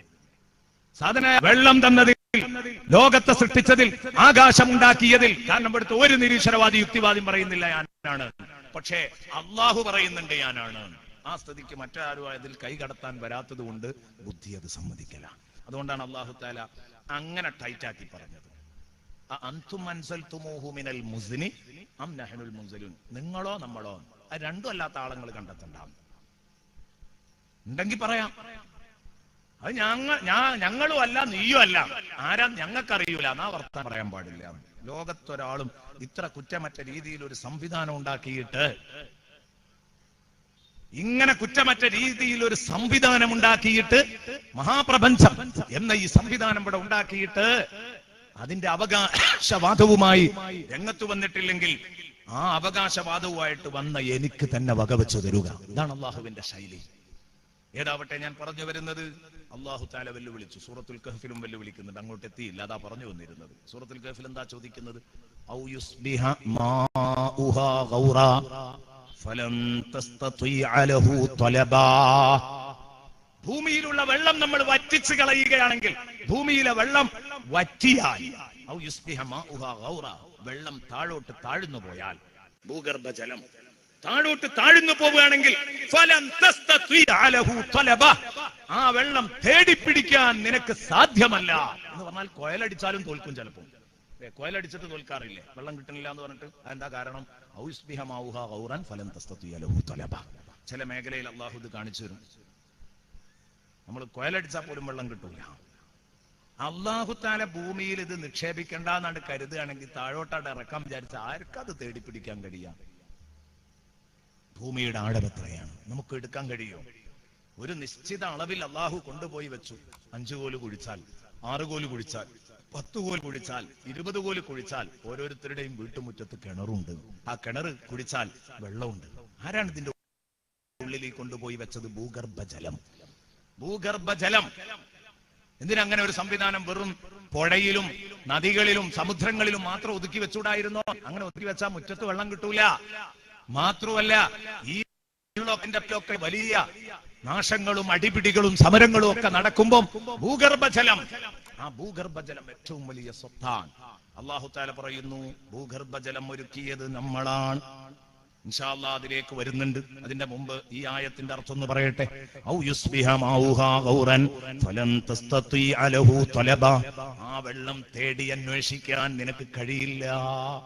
അല്ലാഹ് വെള്ളം ഒന്ന് താഴോട്ടിറക്കിയാൽ സൂറത്തുൽ കഹ്ഫ് 41. ഇനി അതാ സൂറത്തുൽ മുൽക്കില് അല്ലാഹു നടത്തുന്ന അടുത്ത വെല്ലുവിളി. ഖുൽ, നബിയേ തങ്ങളൊന്ന് പറയൂ, അറഅയ്തും ഇൻ അസ്ബഹ മാഉകും ഗൗറാ ഫമൻ യഅതീകും ബിമാഇൻ മഈൻ. നബിയെ തങ്ങൾ ആലോചിച്ചു നോക്കൂ, സമൂഹത്തോട് ചോദിക്കൂ. അറഅയ്തും, സമൂഹമേ നിങ്ങൾ പറഞ്ഞു തരൂ, ഇൻ അസ്ബഹ മാഉകും ഗൗറാ, നിങ്ങളുടെ വെള്ളം ഭൂമിയിലേക്ക് താഴ്ന്നു പോവുകയാണെങ്കിൽ, ഭൂമിയിലേക്ക് ആണ്ടുപോവുകയാണെങ്കിൽ, നിങ്ങളുടെ വീട്ടുമുറ്റത്തുള്ള കിണർ വെള്ളം പൊട്ടിറക്കി 2 കോലും കൂടെ കുഴിച്ചാൽ പിന്നെ അവിടെ ഉണ്ടാകും? അല്ല. അള്ളാഹു പാടെ അങ്ങോട്ട് താഴോട്ട് ഈ വെള്ളത്തെ വലിച്ചു കഴിഞ്ഞാൽ അള്ളാഹു പറയാണ്, ഇൻ അസ്ബഹ മാഉകും ഗൗറാ ഫമൻ യഅതീകും ബിമാഇൻ മഈൻ. ശുദ്ധജലം നിങ്ങൾക്ക് കൊണ്ടുവന്ന് തരാൻ ആരാ ഉള്ളത്? അള്ളാഹു എങ്ങാനും വെള്ളത്തെ ഭൂമിയുടെ താഴേക്ക് അങ്ങോട്ട് ഇറക്കിയിരുന്നെങ്കിൽ, പിടിച്ചിറക്കിയിരുന്നെങ്കിൽ, നിങ്ങൾ ഒരു തുള്ളി വെള്ളം കൊണ്ട് തൊണ്ട നനക്കാൻ വകയില്ലാതെ നിങ്ങൾ ദാഹിച്ച് തൊണ്ട വരണ്ട് മരിക്കും. അള്ളാഹു പറയാണ്. ഉറപ്പല്ലേ? ഒരു നിമിഷം മതി. ഇവിടുത്തെ ബുദ്ധിജീവികളൊക്കെ പറയുന്നത്, ലോകത്ത് ഇനി ഒരു യുദ്ധം നടക്കുകയാണെങ്കിൽ അത് വെള്ളത്തിന്റെ പേരിലായിരിക്കും. പ്ലാച്ചിമടയിലും കാവേരിയിലുമൊക്കെ ഇപ്പോൾ തന്നെ നടന്നുകൊണ്ടിരിക്കുന്നത് വെള്ളത്തിന്റെ സമരം തുടങ്ങിക്കഴിഞ്ഞു എന്നതിന്റെ സൂചനയാണ്. അല്ലേ? ആരാണ് പിറന്ന മണ്ണിൽ 20 രൂപ ബോട്ടിൽ ഒന്നിന് കൊടുത്തിട്ട് വെള്ളം വാങ്ങുന്ന ചുറ്റുപാട് നമ്മുടെ രാജ്യത്ത് വന്നെങ്കിൽ ചിന്തിക്കണം. ഗൾഫിൽ പോയവർക്കേ വെള്ളത്തിന്റെ വില അറിയുള്ളൂ. പെട്രോളിന്റെ വില അവർക്ക് അങ്ങനെ അറിയൂല. വെള്ളത്തിന്റെ വില ശരിക്കറിയാം. ഈ വെള്ളം യഥേഷ്ടം ഉണ്ടാകുമ്പോ നമ്മൾ ഇതിന്റെ വില അറിയുന്നില്ല. അള്ളാഹുവിനെ മറക്കുകയാണ് നമ്മള്. ഗൾഫുകാരനോട് ഇത് പറഞ്ഞാൽ ശരിക്ക് തിരിയും, അറബികളോട് ഇത് പറഞ്ഞാൽ ശരിക്ക് തിരിയും. ഈ വെല്ലുവിളികളൊക്കെ അവർക്ക് ശരിക്ക് ബോധ്യപ്പെടും. അവിടെ കൂടുതൽ മഴ നൽകാൻ പാടില്ല. അവിടുത്തെ ചുറ്റുപാട് അങ്ങനെയാണ്, ആ രാജ്യത്തിന്റെ പ്രകൃതി അങ്ങനെയാണ്. അവിടെ 1-2 മഴ പെയ്യുമ്പോഴേക്ക് വെള്ളപ്പൊക്കാവും. എന്നാൽ അങ്ങോട്ട് മറ്റുള്ള സ്ഥലത്ത് വെള്ളം ഇറക്കിയിട്ട് അങ്ങോട്ട് വെള്ളം എത്തിക്കാനുള്ള സൗകര്യം അള്ളാഹു ഉണ്ടാക്കും. നോക്കൂ നിങ്ങൾ. പക്ഷേ നല്ല എക്സ്പെൻസ് ഉണ്ടാവും, നല്ല ചെലവ് കൂടും. ഞാൻ പറഞ്ഞു വരുന്നത്, നമുക്ക് അല്ലാഹു ചെയ്തു നൽകിയ ഈ നിഅ്മത്തിനെ മറന്നു പോകരുത് കേട്ടോ. അല്ലാഹു തആല പറയുന്നു, ഫല്യൻദുറിൽ ഇൻസാനു ഇലാ തആമിഹി. മനുഷ്യൻ അവൻ വെട്ടി വിഴുങ്ങുന്ന ഒരു ഉരുള വായിലേക്കിട്ട് വെട്ടി വിഴുങ്ങുമ്പം ആ മനുഷ്യൻ അതേക്കുറിച്ച് ചിന്തിക്കണ്ടേ? അല്ലാഹു പറയുന്നു, ഫല്യൻദുറിൽ ഇൻസാൻ, മനുഷ്യൻ ചിന്തിച്ചുകൊള്ളട്ടെ. ഇലാ ത്വആമി, അവൻ കഴിക്കുന്ന ഒരു ഉരുള ചോറിനെ കുറിച്ച് അവൻ ചിന്തിക്കട്ടെ. എങ്ങനെയാണ് ഈ ഒരു ഉരുള ചോറ് കൂട്ടാൻ കൂട്ടി ഉരുള കുത്തി വായിലേക്ക് വെച്ചത് എന്ന് ആലോചിച്ചേ പറ്റുള്ളൂ. എങ്ങനെയാ ഈ ചോറുണ്ടായത്? നെല്ലുണ്ടായി അല്ലേ? എങ്ങനെയാ നെല്ലുണ്ടായത്? വെള്ളം വേണം, പാടം വേണം, ഒക്കെ വേണ്ടേ? അവിടെയാണല്ലോ പറയുന്നത് ഏത് ഭക്ഷണവും ഉണ്ടായതിന്റെ പിറകിലെ ഏത് ഭക്ഷണം എന്നല്ല, മൊത്തം ജീവജാലങ്ങളുടെ തുടക്കം തന്നെ വെള്ളത്തിൽ നിന്നാണ്. വെള്ളത്തിൽ നിന്നാണ് ആദ്യമായിട്ട് ജൈവ സാന്നിധ്യം വരുന്നത്. വെള്ളത്തിൽ നിന്നാണ് വന്നത്. അതുകൊണ്ട് തന്നെ വെള്ളമാണ് ജീവന്റെ ആധാരം. ഇതുകൊണ്ടാണ് നമ്മൾ പറഞ്ഞത് ജലം അമൂല്യമാണ്, അത് പാഴാക്കി കളയരുത്. കണ്ടോ നിങ്ങള്, ഒരു കൊല്ലക്കാലത്തോളം എന്റെ പ്രിയപ്പെട്ട സുഹൃത്തുക്കളെ തവസ്സുലും ഇസ്തിഗാഥയും പറയുന്ന മുത്തുനബി സല്ലല്ലാഹു അലൈഹി വസല്ലമ തങ്ങളെ ലോകത്തിന് പഠിപ്പിച്ചു കൊടുക്കുന്ന, സ്വർഗവും നരകവും പറഞ്ഞു വഴതു പറയുന്ന ഈ പ്രസ്ഥാനം SYS ക്യാമ്പയിൻ നടത്തിയിട്ടുണ്ട്. ഇതിന്റെ പേരില് ജലം അമൂല്യമാണ്, പാഴാക്കരുത്. ഇത് പറഞ്ഞ് നീണ്ട കാലം ക്യാമ്പയിൻ നടത്തിയിട്ടുണ്ട്. കാരണം എന്താണ്? ഇത് ദീനിന്റെ ഭാഗമാണ്. ഇത് ദീനിന്റെ ഭാഗമാണ്. വരും കാലത്ത് സമീപ ഭാവിയിൽ ഇവിടെ വെള്ളത്തിന് വേണ്ടി വലിയ സമരം നടക്കും. നമ്മൾ വെള്ളം ഒരിക്കലും നശിപ്പിച്ചു കളയരുത്. അള്ളാഹു പറയുന്നു, നിങ്ങൾ കഴിക്കുന്ന ഒരു ഉരുള ചോറ് നിങ്ങൾ ചിന്തിച്ചിട്ടുണ്ടോ അതേക്കുറിച്ച്? നമ്മൾ ആദ്യമായി മുകളിൽ നിന്ന് വെള്ളം കുത്തിച്ചൊരിച്ചു. അള്ളാഹ് പറയാണ് എന്ന് പറഞ്ഞാൽ മഴ പെയ്യിപ്പിച്ചതാണ് ഇതിന്റെ അടിസ്ഥാനം. ആദ്യം വെള്ളം ഇറക്കി, എന്നിട്ടോ സുമ്മ ശഖത്തിനൽ അർള ശഖാ, പിന്നെ ഭൂമിയെ നമ്മൾ പിളർത്തി, അല്ലേ? ഭൂമിയെ പിളർത്തി. ഫഅംബത്നാ ഫീഹാ ഹബ്ബൻ, ആ ഭൂമിയിൽ നമ്മൾ മുളപ്പിച്ചു. നമ്മളൊരു പയറിന്റെ കുരു ജസ്റ്റ് ഇങ്ങനെ കൊണ്ടുപോയി വെച്ചു, ഭൂമിയിലിട്ട് മൂടി, അല്ലെങ്കിൽ വേറെന്തോ വിത്ത് കുഴിച്ചിട്ടു. കുറച്ച് ദിവസം കഴിയുമ്പോൾ അത് മുള പൊട്ടിയിട്ട് മുകളിലേക്ക് ഇങ്ങനെ വരികയാണ്. ഞാൻ ചോദിക്കട്ടെ, ഇതിപ്പോ ഈ ഭൂമിയിൽ നിന്ന് ഇങ്ങോട്ട് പൊങ്ങി വന്ന ഈ മുള ഉണ്ടല്ലോ, അത്രയും ഉറപ്പില്ലാത്ത മണലിൽ കൊണ്ടുപോയിട്ട് നിങ്ങൾ അത് താഴോട്ട് നിറക്കും, അത് ഒടിയാതെ, അതിന്റെ മുളയൊടിയാതെ കഴിയൂല, അപ്പോഴേക്കത് പൊട്ടിപ്പോവും അത്രയും. പക്ഷെ ആ സാധനം ഇങ്ങോട്ട് പൊങ്ങി വരുമ്പോ ഏത് ചെയ്യാണ്? ഭൂമി സഹകരിച്ചു കൊടുക്കുകയാണ്, വിണ്ടു കൊടുക്കുന്നു. വൽ അർളി ദാത്തി സ്വദഅ വസ്സമാഇ ദാത്തി റജ്അ വൽ അർളി ദാത്തി സ്വദഅ, നിരന്തരമായി മഴ വർഷിപ്പിക്കുന്ന ആകാശം സാക്ഷി. വൽ അർളി ദാത്തി സ്വദഅ, വിത്തിന്റെ മുളകൾക്ക് പുറത്തേക്ക് വരാൻ സൗകര്യത്തിന് പൊട്ടിക്കീറിക്കൊടുക്കുന്ന ഭൂമി സാക്ഷി. അള്ളാഹു പറയുന്നു വൽ അർളി ദാത്തി സ്വദഅ. അള്ളാഹ് പറഞ്ഞു വശഖതനൽ അർള ശഖാ, ഭൂമിയെ നമ്മൾ പിളർത്തി കൊടുത്തു. ഭൂമിയെ നമ്മൾ പിളർത്തി കൊടുത്തു മുളക്ക് പൊങ്ങി വരാൻ സൗകര്യത്തിന്. ഫഅംബത്നാ ഫീഹാ, എന്നിട്ട് ആ ഭൂമിയിൽ നമ്മൾ മുളപ്പിച്ചു ഹബ്ബ, നെല്ല്, ഗോതമ്പ് തരത്തിലുള്ള ധാന്യങ്ങള്. വഇനബൻ വഖൽബൻ വഖൽബൻ, കണ്ടോ നിങ്ങൾ, കരിമ്പും. വസൈതൂനൻ, ഒലീവും. വനഖ്ലൻ, ഈത്തപ്പനയും. വഹദായിഖ ഗുൽബാ, ഇടത്തൂർന്ന് നിൽക്കുന്ന മറ്റു ആരാമങ്ങളും തോട്ടങ്ങളും ഭൂമിയിൽ നമ്മൾ മുളപ്പിച്ചു. എന്തെല്ലാം തോട്ടങ്ങൾ പേരെടുത്ത് പറഞ്ഞാൽ തീരൂല. അതുകൊണ്ട് എന്ത് ചെയ്തു? മനുഷ്യന്റെ മുഖ്യാഹാരമായ ധാന്യം പറഞ്ഞു. അത് കഴിഞ്ഞിട്ട് കണ്ടോ നിങ്ങൾ, കരിമ്പിനെ കുറിച്ച് പ്രതിപാദിച്ചു. കരിമ്പിനെ കുറിച്ച് പ്രതിപാദിച്ചു. അത് ഏത്? പഞ്ചസാര, ചക്കര, ഇത്തരം സംഗതികൾ മനുഷ്യന്റെ ജീവിതത്തിൽ വളരെ പ്രധാനപ്പെട്ടതാണ്. അതും അവിടെ പരാമർശിച്ചു.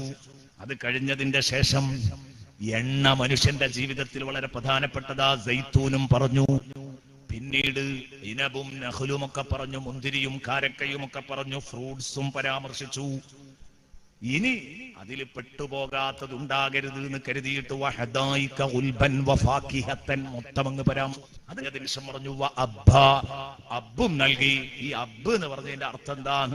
ബഹുമാനപ്പെട്ട സിദ്ദീഖ് റളിയല്ലാഹു അൻഹുവിനോട് ചോദിച്ചപ്പോൾ സിദ്ദീഖ് റളിയല്ലാഹു അൻഹു പറഞ്ഞു, പഠിച്ചോനെ, അബ്ബിന്റെ അർത്ഥം പറയാൻ മാത്രം എനിക്ക് സാധിക്കൂല. എങ്ങനെയാണത് സാധിക്കാൻ? ഏത് ഭൂമിയാണ് അബ്ബിന്റെ അർത്ഥം ഇന്നതാന്ന് ഞാൻ തറപ്പിച്ചു പറഞ്ഞാൽ ഏത് ഭൂമിയാ എന്നെ ഉൾക്കൊള്ളുക എന്നൊക്കെ ചോദിക്കുന്നുണ്ട്. സുബ്ഹാനല്ലാഹ്, അല്ലാഹു അഅലം.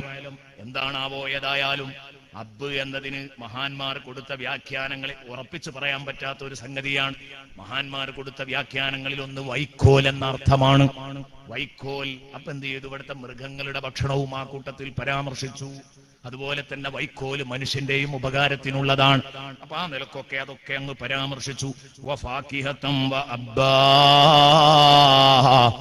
എന്നിട്ട് പറയുന്നു സൂറത്തു അബസ് 24-32 വചനങ്ങളാ ഞാൻ ഈ വായിച്ചത്. എന്നിട്ട് എന്താ പറയുന്നത്? 32-ാം വചനത്തിൽ മതാഅൻ ലക്കും വലിയൻആമിക്കും, ഈ സാധനങ്ങളൊക്കെ ഇവിടെ ഉൽപ്പാദിപ്പിച്ചു തന്നത് നിങ്ങളുടെയും മൃഗങ്ങളുടെയും സൗകര്യത്തിന് വേണ്ടിയാണ്.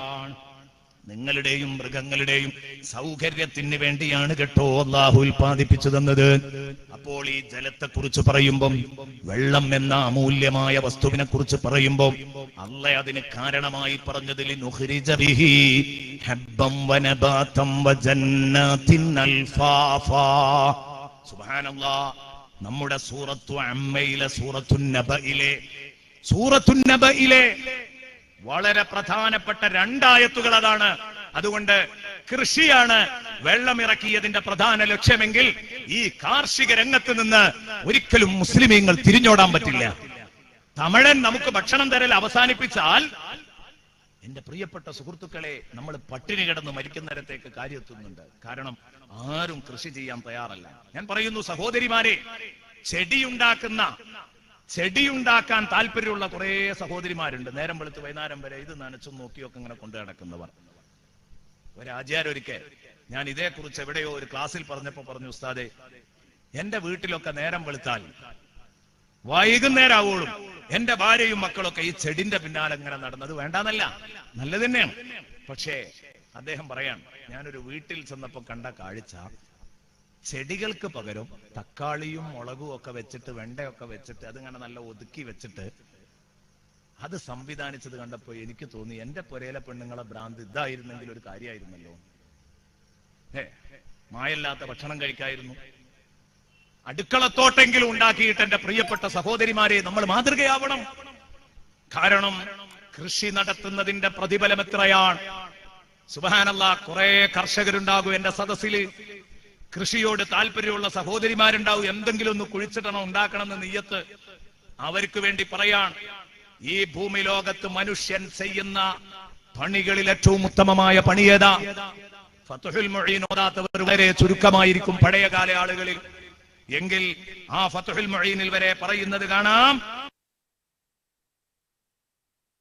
ഏറ്റവും വലിയ ജോലി, അഫ്ളലായ ജോലി ഫത്ഹുൽ മുഈനിലെ ബഹുമാനപ്പെടുന്ന തൊഴില് കൃഷിപ്പണിയാണ്.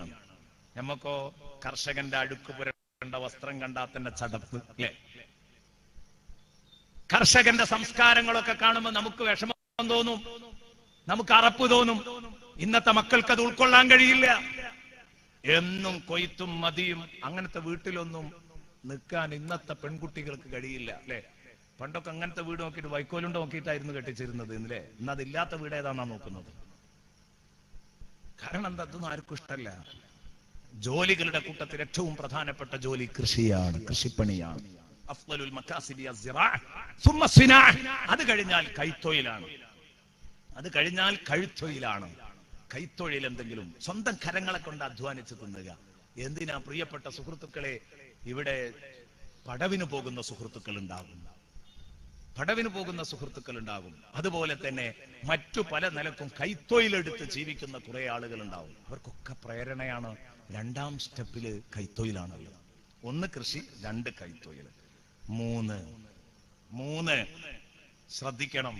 ഈ കൃഷിക്ക് ഇത്ര ബഹുമാനം ഉണ്ടാവാൻ കാരണം എന്താണ്? കൈത്തൊഴിലിനേക്കാൾ വലിയ ബഹുമാനം ഉണ്ടാവാൻ അത് ഹദീസിലൊക്കെ അങ്ങനെ പറഞ്ഞിട്ടുണ്ട്. വേറെ കുറെ ഗുണങ്ങൾ പറഞ്ഞിട്ടുണ്ട്. ആ കൂട്ടത്തിൽ ഒരാൾ പറഞ്ഞു, ഈ ഓരോ ചെടികളും അള്ളാഹുവിന് വേണ്ടി തസ്ബീഹ് ചൊല്ലുന്ന, ഓരോ പുല്ലും ചെടിയും അള്ളാഹുവിന് വേണ്ടി തസ്ബീഹ് ചൊല്ലും. അപ്പൊ അത് നമ്മളാൽ മുളപ്പിച്ചുണ്ടാക്കിയ ഈ പുല്ലുകൾ ചൊല്ലുന്ന തസ്ബീഹുകളുടെ കൂലി നിങ്ങൾക്ക് കിട്ടിയല്ലേ? അഫ്ളലുൽ മകാസിബി അസ്സിറാഅ സുമ്മ സിനാഅ. അത് കഴിഞ്ഞാൽ അടുത്തത് സുമ്മ തിജാറ, പിന്നെ കച്ചവടം. 3ാം സ്റ്റെപ്പിലുള്ളത് കച്ചവടം. സുബ്ഹാനല്ലാഹ്. ഫത്ഹുൽ മുഈനിൽ തന്നെ കാണാം, എന്താ അങ്ങനെയൊക്കെ പറയാൻ കാരണം? സയ്യിദുനാ റസൂലുള്ളാഹി തങ്ങൾ പറഞ്ഞ ഒരു ഹദീസ് പരിചയപ്പെടുക. മാ മിൻ മുസ്ലിമിൻ യഗ്രിസു ഗർസാ, ഒരു വിശ്വാസി ഒരു മരം നടുകയില്ല, ഒരു കൃഷി ഇറക്കുകയില്ല. കൃഷി എന്നാണ് അതിന്റെ അർത്ഥം. യഗ്രിസു ഗർസൻ, ഒരൊറ്റ വിശ്വാസിയും ഒരു കൃഷി ഇറക്കൂല. ഇല്ലാ കാന മാ ഉകില മിൻഹു ലഹു സദഖ, ആ കൃഷിയിൽ നിന്ന് ആരോ തിന്നുപോയത് എല്ലാം അവന് സദഖയായി മാറിയിട്ടല്ലാതെ. ഏത്?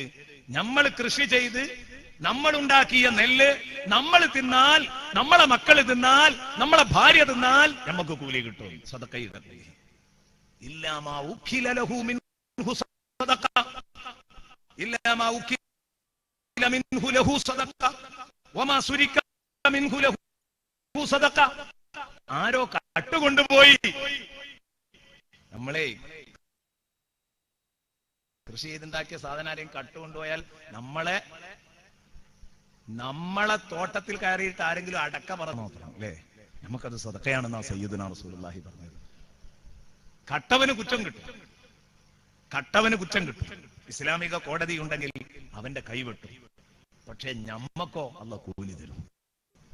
വമാ സുരിക മിൻഹു ലഹു സദഖ, അതിൽ നിന്ന് കട്ടുപോയതും ഇവന് സദഖയാണ്. വമാ അകല സബ്ഉ മിൻഹു, അതിൽ നിന്ന് സബ്ഉ വന്യജീവികൾ തിന്നതിനും കൂലിയ. ആന ഇറങ്ങി നശിപ്പിച്ചു, ആന ഇറങ്ങി നശിപ്പിച്ചു, മറ്റു കാട്ടുമൃഗങ്ങൾ ഇറങ്ങിയിട്ട് നശിപ്പിച്ചു കൃഷി, അതിനും അവന് കൂലിയ. അവര് തിന്നുപോയതിനും കൂലിയ.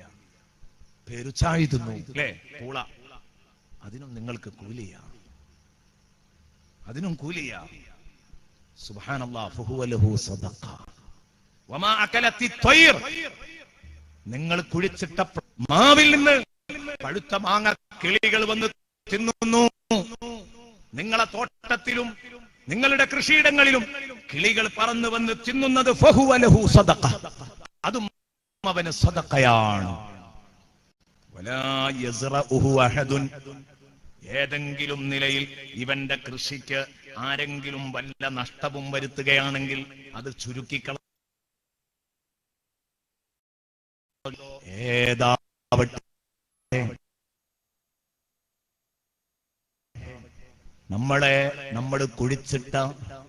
നമ്മൾ കുഴിച്ചിട്ട് വളർത്തിയ ഒരു മാവ്, നമ്മളെ വല്ലിപ്പ വെച്ചതാ, ഇപ്പോഴും ഏത് ചെയ്യുന്നു?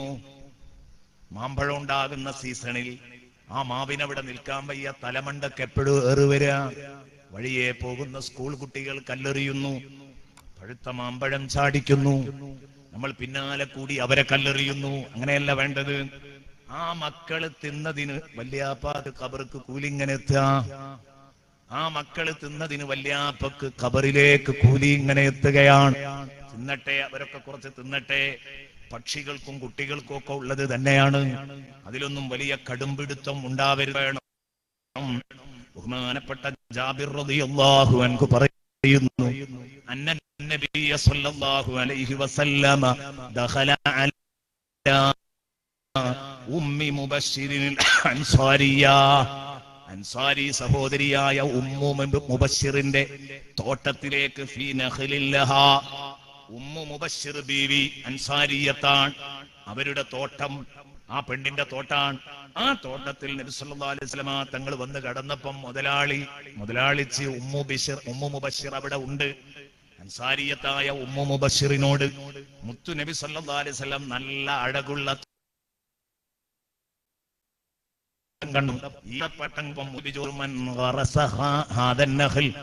ഈ ഈത്തപ്പന തൈകളൊക്കെ നട്ടതാരാ? ഈ ഈത്തപ്പന തൈകളൊക്കെ നട്ടതാരാ? അമുസ്ലിമുൻ കാഫിറുൻ, മുസ്ലിമായിരുന്നോ? കാരണം സുഹൃതങ്ങൾക്ക് പരലോകത്ത് പ്രതിഫലം കിട്ടണമെങ്കിൽ ഈമാൻ ഷർത്താണ്. മുത്തുനബി ചോദിച്ചു, മുസ്ലിമോ അമുസ്ലിമോ? ഫഖാലത്ത് ബൽ മുസ്ലിമുൻ യാ റസൂലല്ലാഹ്. നബിയേ, ഈ ഈത്തപ്പനകളൊക്കെ നടാൻ ഞാൻ കൂലിക്ക് വിളിച്ച മനുഷ്യൻ മുസ്ലിമായിരുന്നു തങ്ങളെ. ഉടനെ മുത്തുനബി പറയാണ്, ലാ യഗ്രിസു മുസ്ലിമുൻ ഗർസൻ വലാ യസ്റഉ സർആ. ഒരു മുസ്ലിമായ മനുഷ്യൻ ഒരു തൈ കുഴിച്ചിടുകയില്ല, കൃഷി ചെയ്യുകയില്ല. ഫയഅകുലു മിൻഹു ഇൻസാനുൻ, എന്നിട്ട് ആ കൃഷിയിൽ നിന്ന് ഒരു മനുഷ്യനോ ഒരു പക്ഷിയോ മൃഗമോ മറ്റെന്തെങ്കിലും മനുഷ്യേതര ജന്തുക്കളേതാവട്ടെ അതിൽ നിന്ന് തിന്നിട്ടുണ്ടെങ്കിൽ ഇല്ലാ കാനത്ത് ലഹു സ്വദഖ, ആ കുഴിച്ചിട്ട ആൾക്ക് സ്വതക്കയായിട്ടല്ലാതെ ഇല്ല. കുഴിച്ചിടിപ്പിച്ച ആൾക്ക് ഉണ്ടാകും. എന്നാൽ വെറും കൂലി കിട്ടുക എന്ന ലക്ഷ്യത്തില് കുഴിച്ചിട്ട ആൾക്ക് പോലും സ്വതക്കയുണ്ടെന്ന് സയ്യിദുനാ റസൂലുള്ളാഹി സ്വല്ലല്ലാഹു അലൈഹി വസല്ലം പറഞ്ഞു. ഞാൻ ഈ പറഞ്ഞ 2 ഹദീസും സ്വഹീഹ് മുസ്ലിമിൽ കാണാം. കൃഷിയുടെ പ്രാധാന്യം പറയുന്ന ഈ ഹദീസ് സുബ്ഹാന മൻ ജല്ല ജലാലു. ഇനിയും വേണോ കർഷകർക്ക് ഒരു ഹദീസും കൂടെ ഞാൻ വെച്ചു തരുന്നു. കാരണം കൃഷിപ്പണിയിൽ നിന്ന് പിന്മാറരുത്. ചെലവുകൾ ഓർക്കുമ്പം ചിലപ്പോൾ നമ്മൾ വാങ്ങിക്കഴിക്കുന്ന അരിയേക്കാൾ ചെലവ് വന്നേക്കാം. അതല്ല, കൃഷി നിലനിർത്തേണ്ടത് ഒരു വലിയ സംസ്കാരം നിലനിർത്തുന്നതിന്റെ ഭാഗമാണ്, ഒരു ഇബാദത്ത് നിലനിർത്തുന്നതിന്റെ ഭാഗമാണ്. സയ്യിദുനാ റസൂലുള്ളാഹി സ്വല്ലല്ലാഹു അലൈഹി വസല്ലം തങ്ങൾ പറഞ്ഞു, ഇൻ ഖാമത്തിസ് സാഅ, ഖിയാമത്ത് നാൾ തുടങ്ങിക്കഴിഞ്ഞാൽ, ഖിയാമത്ത് നാൾ ഉണ്ടായി നിങ്ങൾ സങ്കല്പിക്കുക. മുത്തുനബിയുടെ ഈ വാക്കുകൾക്കൊന്നും എന്റെ പ്രിയപ്പെട്ട സുഹൃത്തുക്കളെ പകരം വെക്കാൻ വേറൊരു വാക്കില്ല കേട്ടോ. കാർഷിക രംഗത്തൊക്കെ സംസാരിക്കുന്ന ആളുകൾ ഈ ഹദീസൊക്കെ കേട്ട അത്ഭുതപ്പെട്ടു. മുഹമ്മദ് നബി ഒരു വല്ലാത്ത മനുഷ്യൻ തന്നെയാണ് പറയും. നബി തങ്ങൾ പറയാണ്, ഖിയാമത്ത് നാൾ നടക്കുകയാണെന്ന് സങ്കല്പിക്ക്. വഫീ യദി അഹദികും ഫസീല, നിങ്ങളിൽ ഒരാളുടെ കയ്യിൽ ഫസീലത്തുൻ, മുത്തുനബി സല്ലല്ലാഹു അലൈഹി വസല്ലം പറയാണ്, ഒരു വിത്ത് ഇരിപ്പുണ്ട്. ഖിയാമത്ത് നാൾ തുടങ്ങിക്കഴിഞ്ഞു. സൂര്യൻ പടിഞ്ഞാറ് ഉദിച്ചു കഴിഞ്ഞു. ഇനിയിപ്പോ ഏതായാലും കൂടുതൽ സമയമല്ലല്ലോ, പോകാനായി എന്നിങ്ങനെ ഉറപ്പിച്ചിരിക്കുമ്പോഴാണ് ഒരു വിത്തുണ്ട് കയ്യിൽ. അല്ലെങ്കിൽ ആകാശമൊക്കെ ഇങ്ങനെ പൊട്ടി കീറി വീഴാൻ തുടങ്ങി എന്ന് പറയാം. അപ്പോഴാണ് വിത്ത് കയ്യിലുണ്ട് ഒരാളുടെ കയ്യിൽ. ഒരു തേങ്ങയുണ്ട് സങ്കല്പിക്കുക. ഇനിയിപ്പത്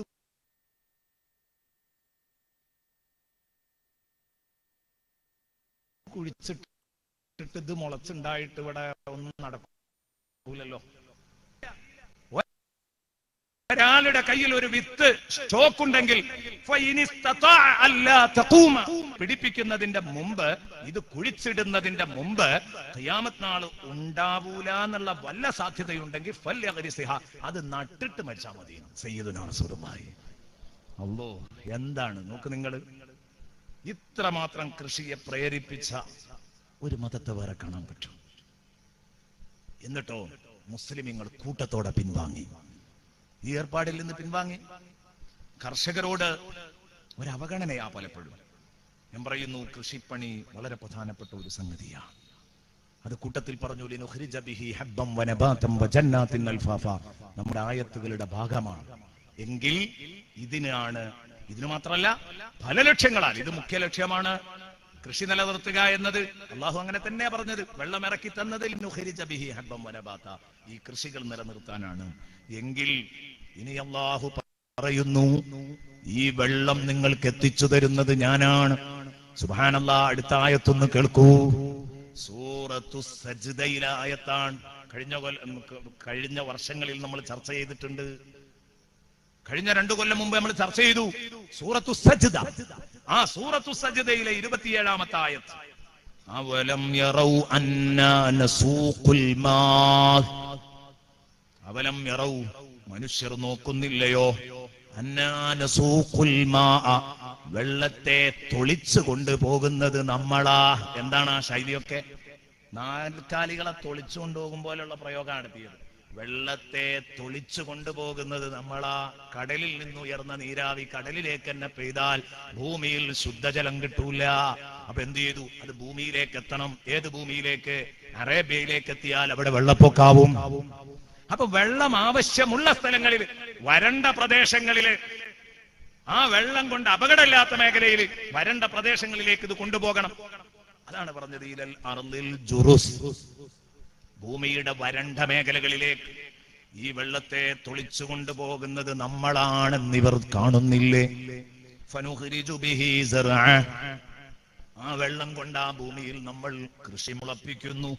തഅകുലു മിൻഹു അൻആമുഹും, അത് അവരുടെ നാൽക്കാലികൾ തിന്നുന്നു. വഅൻഫുസുഹും, അവർ തന്നെയും കഴിക്കുന്നു. അവരും അവരുടെ മൃഗങ്ങളും കഴിക്കുന്നു.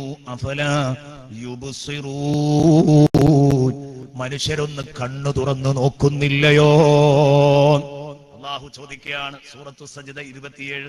അപ്പൊ ഈ വെള്ളം തൊളിച്ചു കൊണ്ടുപോകുക എന്ന് പറഞ്ഞാൽ എങ്ങനെയൊക്കെയാണ് നമ്മളിലേക്ക് വെള്ളം എത്തിച്ചു തന്നു എന്നുള്ളതിനെ പറ്റിയാണ് അള്ളാഹ് തൊളിക്കുക എന്ന് പറഞ്ഞത്. ഈ വെള്ളം നമ്മളിലേക്ക് എത്തിച്ചു തന്നതിന് എത്ര മാർഗങ്ങളുണ്ട്? 3 മാർഗങ്ങളുണ്ട്. 3 ആയത്തിലൂടെ ഇത് വ്യക്താക്കാം. 3 മാർഗങ്ങളാണ്. ഒന്ന്, മേഘപ്പാളികളിൽ നിന്ന് ഭൂമിയിലേക്ക് വെള്ളം എത്തിച്ചു തന്നു. വെള്ളം ആയതിന്റെ ശേഷമുള്ള കഥയാ പറയുന്നത്, അതിന് മുമ്പത്തൊക്കെ അടങ്ങട്ടെ. മേഘപ്പാളികളിൽ നിന്ന് വെള്ളം ഭൂമിയിലേക്ക് എത്തിച്ചു തന്നു. 2, ഭൂമിയിൽ ഇറങ്ങിക്കഴിഞ്ഞാൽ ആ വെള്ളം കുത്തിയൊലിച്ച് അങ്ങ് പോയി സമുദ്രങ്ങളിലും തോടുകളിലും നദികളിലും ഒക്കെ കൂടി. അങ്ങനെ തടാകങ്ങളിലും പുഴകളിലും തോടുകളിലും ഒക്കെ ഇത് സംരക്ഷിക്കപ്പെടുന്നു ഈ വെള്ളം. പിന്നെയോ 3ാമത്തെ ഒരു സംരക്ഷണമുണ്ട്, വെള്ളം സംരക്ഷിക്കുന്നതിന്റെ ഭാഗമായിട്ട്. അതെങ്ങനെയാ? അങ്ങനെ മാത്രം അള്ളാഹു ചെയ്തിരുന്നെങ്കിൽ നമുക്ക് സൗകര്യമുള്ള ഒരു സ്ഥലത്ത് വീടെടുത്താൽ കുടുങ്ങും, അവിടെ വെള്ളം കിട്ടൂല. അപ്പൊ എന്ത് ചെയ്യണം? അതിന് വെള്ളം കിട്ടണം. അതുപോലെ തന്നെ ഈ കുളം മലിനമായി കഴിഞ്ഞാൽ പ്രശ്നമാണ്. അപ്പൊ മലിനമാക്കാൻ ജനങ്ങളുടെ കൈകടത്തലുകൾക്ക് വിധേയമാകാത്ത രൂപത്തിൽ ഭൂമിക്കുള്ളിൽ ഭൂഗർഭജലം സൂക്ഷിക്കണം. ഭൂഗർഭജലം ശുദ്ധജലമായി സൂക്ഷിക്കണം. ഭൂമിക്കടിയിൽ ഒരു പരിധി വരെ ഇറങ്ങിപ്പോയിട്ട് പിന്നെ അവിടെ അങ്ങനെ കിടക്കുക. ഈ വെള്ളത്തെ പിടിച്ചു നിർത്തുന്നത് മരങ്ങളാണ്, കാടുകളാണ്. ഇത് മനുഷ്യൻ നശിക്കുമ്പോൾ അപകടം തന്നെയാണ്. നോക്കണം നിങ്ങൾ. അല്ലാഹു തആല പറയുന്നു, ഭൂമിക്കുള്ളിൽ വെള്ളം സൂക്ഷിച്ചു വെക്കുന്നത് ഞാനാണ്. ഇങ്ങനെ 3 രൂപത്തിലാണ് വെള്ളം സൂക്ഷിച്ചു വെക്കുന്നത്. ഒന്ന്, പുഴയിലും ജലങ്ങളിലും. മേഘത്തിൽ നിന്ന് മഴയായിട്ട് വെള്ളം നൽകണം.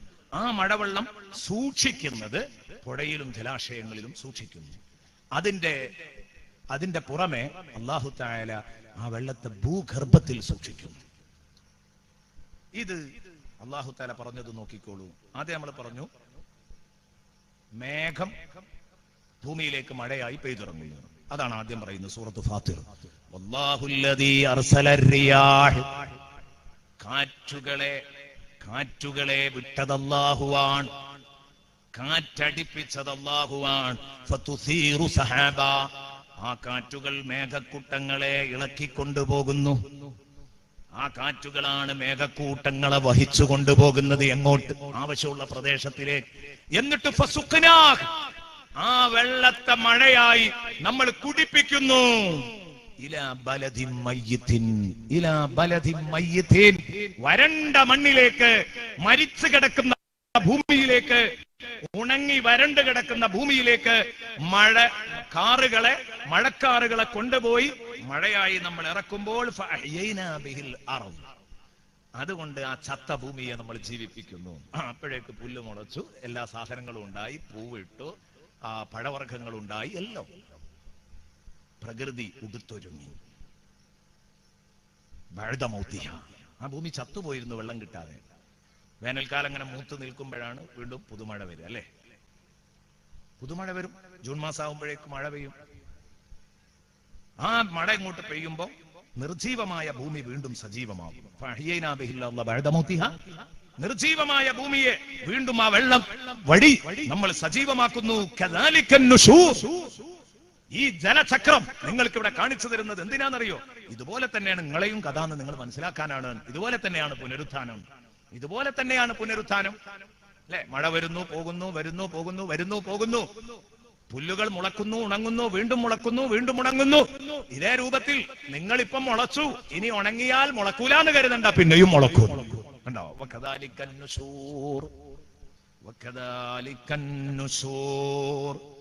സൂറത്തു ഫാത്തിറിൽ ഇനി ഞാൻ പറഞ്ഞു, ഇത് തോടുകളിലേക്കും അതുപോലെ തന്നെ മറ്റുമൊക്കെ ഒഴുക്കുന്നുണ്ട് ഈ വെള്ളത്തെ. ബഹറിനെ കുറിച്ച് ധാരാളം അല്ലാഹു പരാമർശിച്ചിട്ടുണ്ട്. എന്നാ കേട്ടോളൂ വളരെ കൃത്യമായി.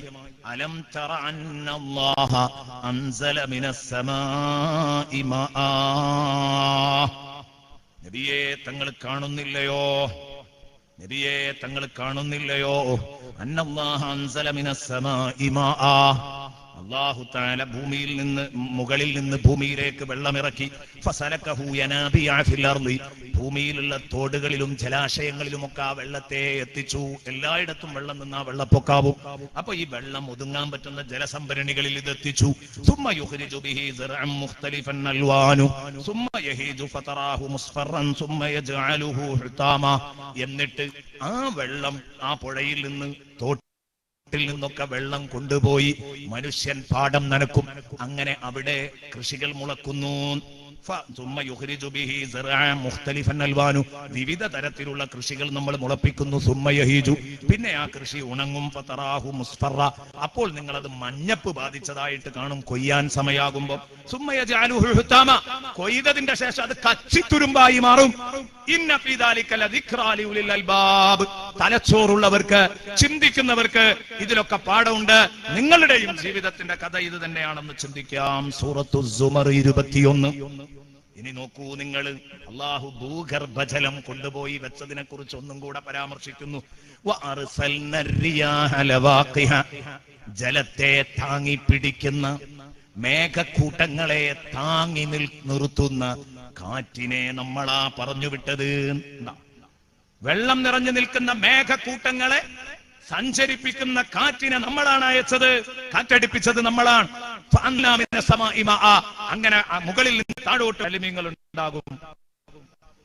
സാധുമാരോട് പറയേണ്ടതില്ല, ചെറിയ മുത്തലിമീങ്ങൾ ഉണ്ടാവും.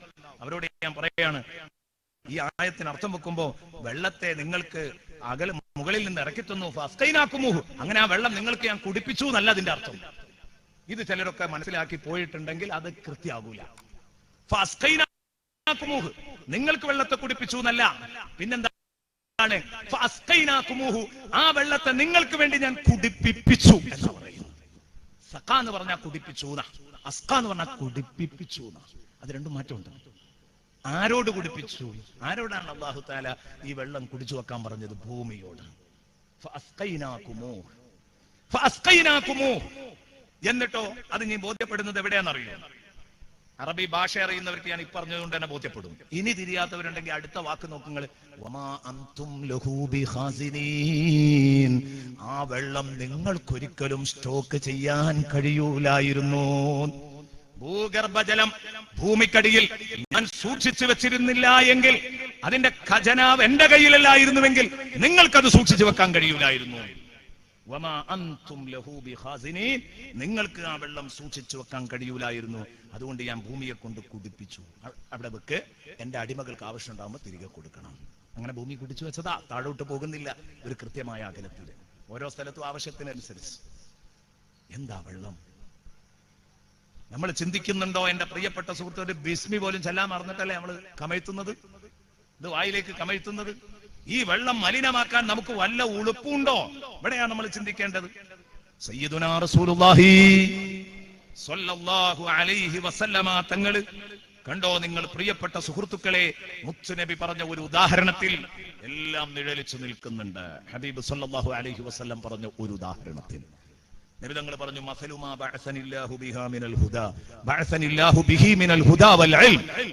അല്ലാഹു എനിക്ക് നൽകിയ സന്മാർഗവും അറിവും, ഏതൊരു സന്മാർഗവും അറിവുമായിട്ടാണോ അല്ലാഹു എന്നെ പറഞ്ഞയച്ചിട്ടുള്ളത്, അതിന്റെ ഉദാഹരണം ഞാൻ നിങ്ങൾക്ക് തരുന്ന വെളിച്ചത്തിന്റെ ഉദാഹരണം ഏതുപോലെയാണ്? കമസലിൽ ഗൈസിൽ കസീർ, ഒരു വലിയ മഴ പോലെയാണ്. അസ്വാബാർലൻ, ആ മഴ ഭൂമിക്ക് കിട്ടിയാൽ ഫകാന മിൻഹാ നഖിയൻ, അതിൽ നല്ല വളക്കൂർ, നല്ല ഏതുണ്ട്, വെള്ളം പിടിച്ച് സ്വീകരിക്കാൻ പറ്റുന്ന ക്ഷേമമുള്ള ഭൂമികൾ ആ കൂട്ടത്തിലുണ്ടാകും. ഫകാന മിൻഹാ നഖിയൻ, നല്ല ശുദ്ധമായ ഭൂമി ഉണ്ടാകും എന്ന് പറഞ്ഞാൽ അർളൻ ഖിസ്ബ, നല്ല ക്ഷേമൈശ്വര്യങ്ങളുള്ള സമൃദ്ധമായ ഭൂമി എന്ന് പറയാം. ഖബിലത്തിൽ മാൽ, അത് വെള്ളത്തെ സ്വീകരിക്കും. ഉള്ളിലേക്ക് വെള്ളം ഇറങ്ങിപ്പോകും. വെള്ളം അവിടെ പിടിച്ചു വെക്കും. കണ്ട് പെയ്തത് അങ്ങനെ തന്നെ താഴ്ന്നങ്ങ് പോകൂല. ചില പ്രദേശങ്ങൾ അങ്ങനെയാണ്.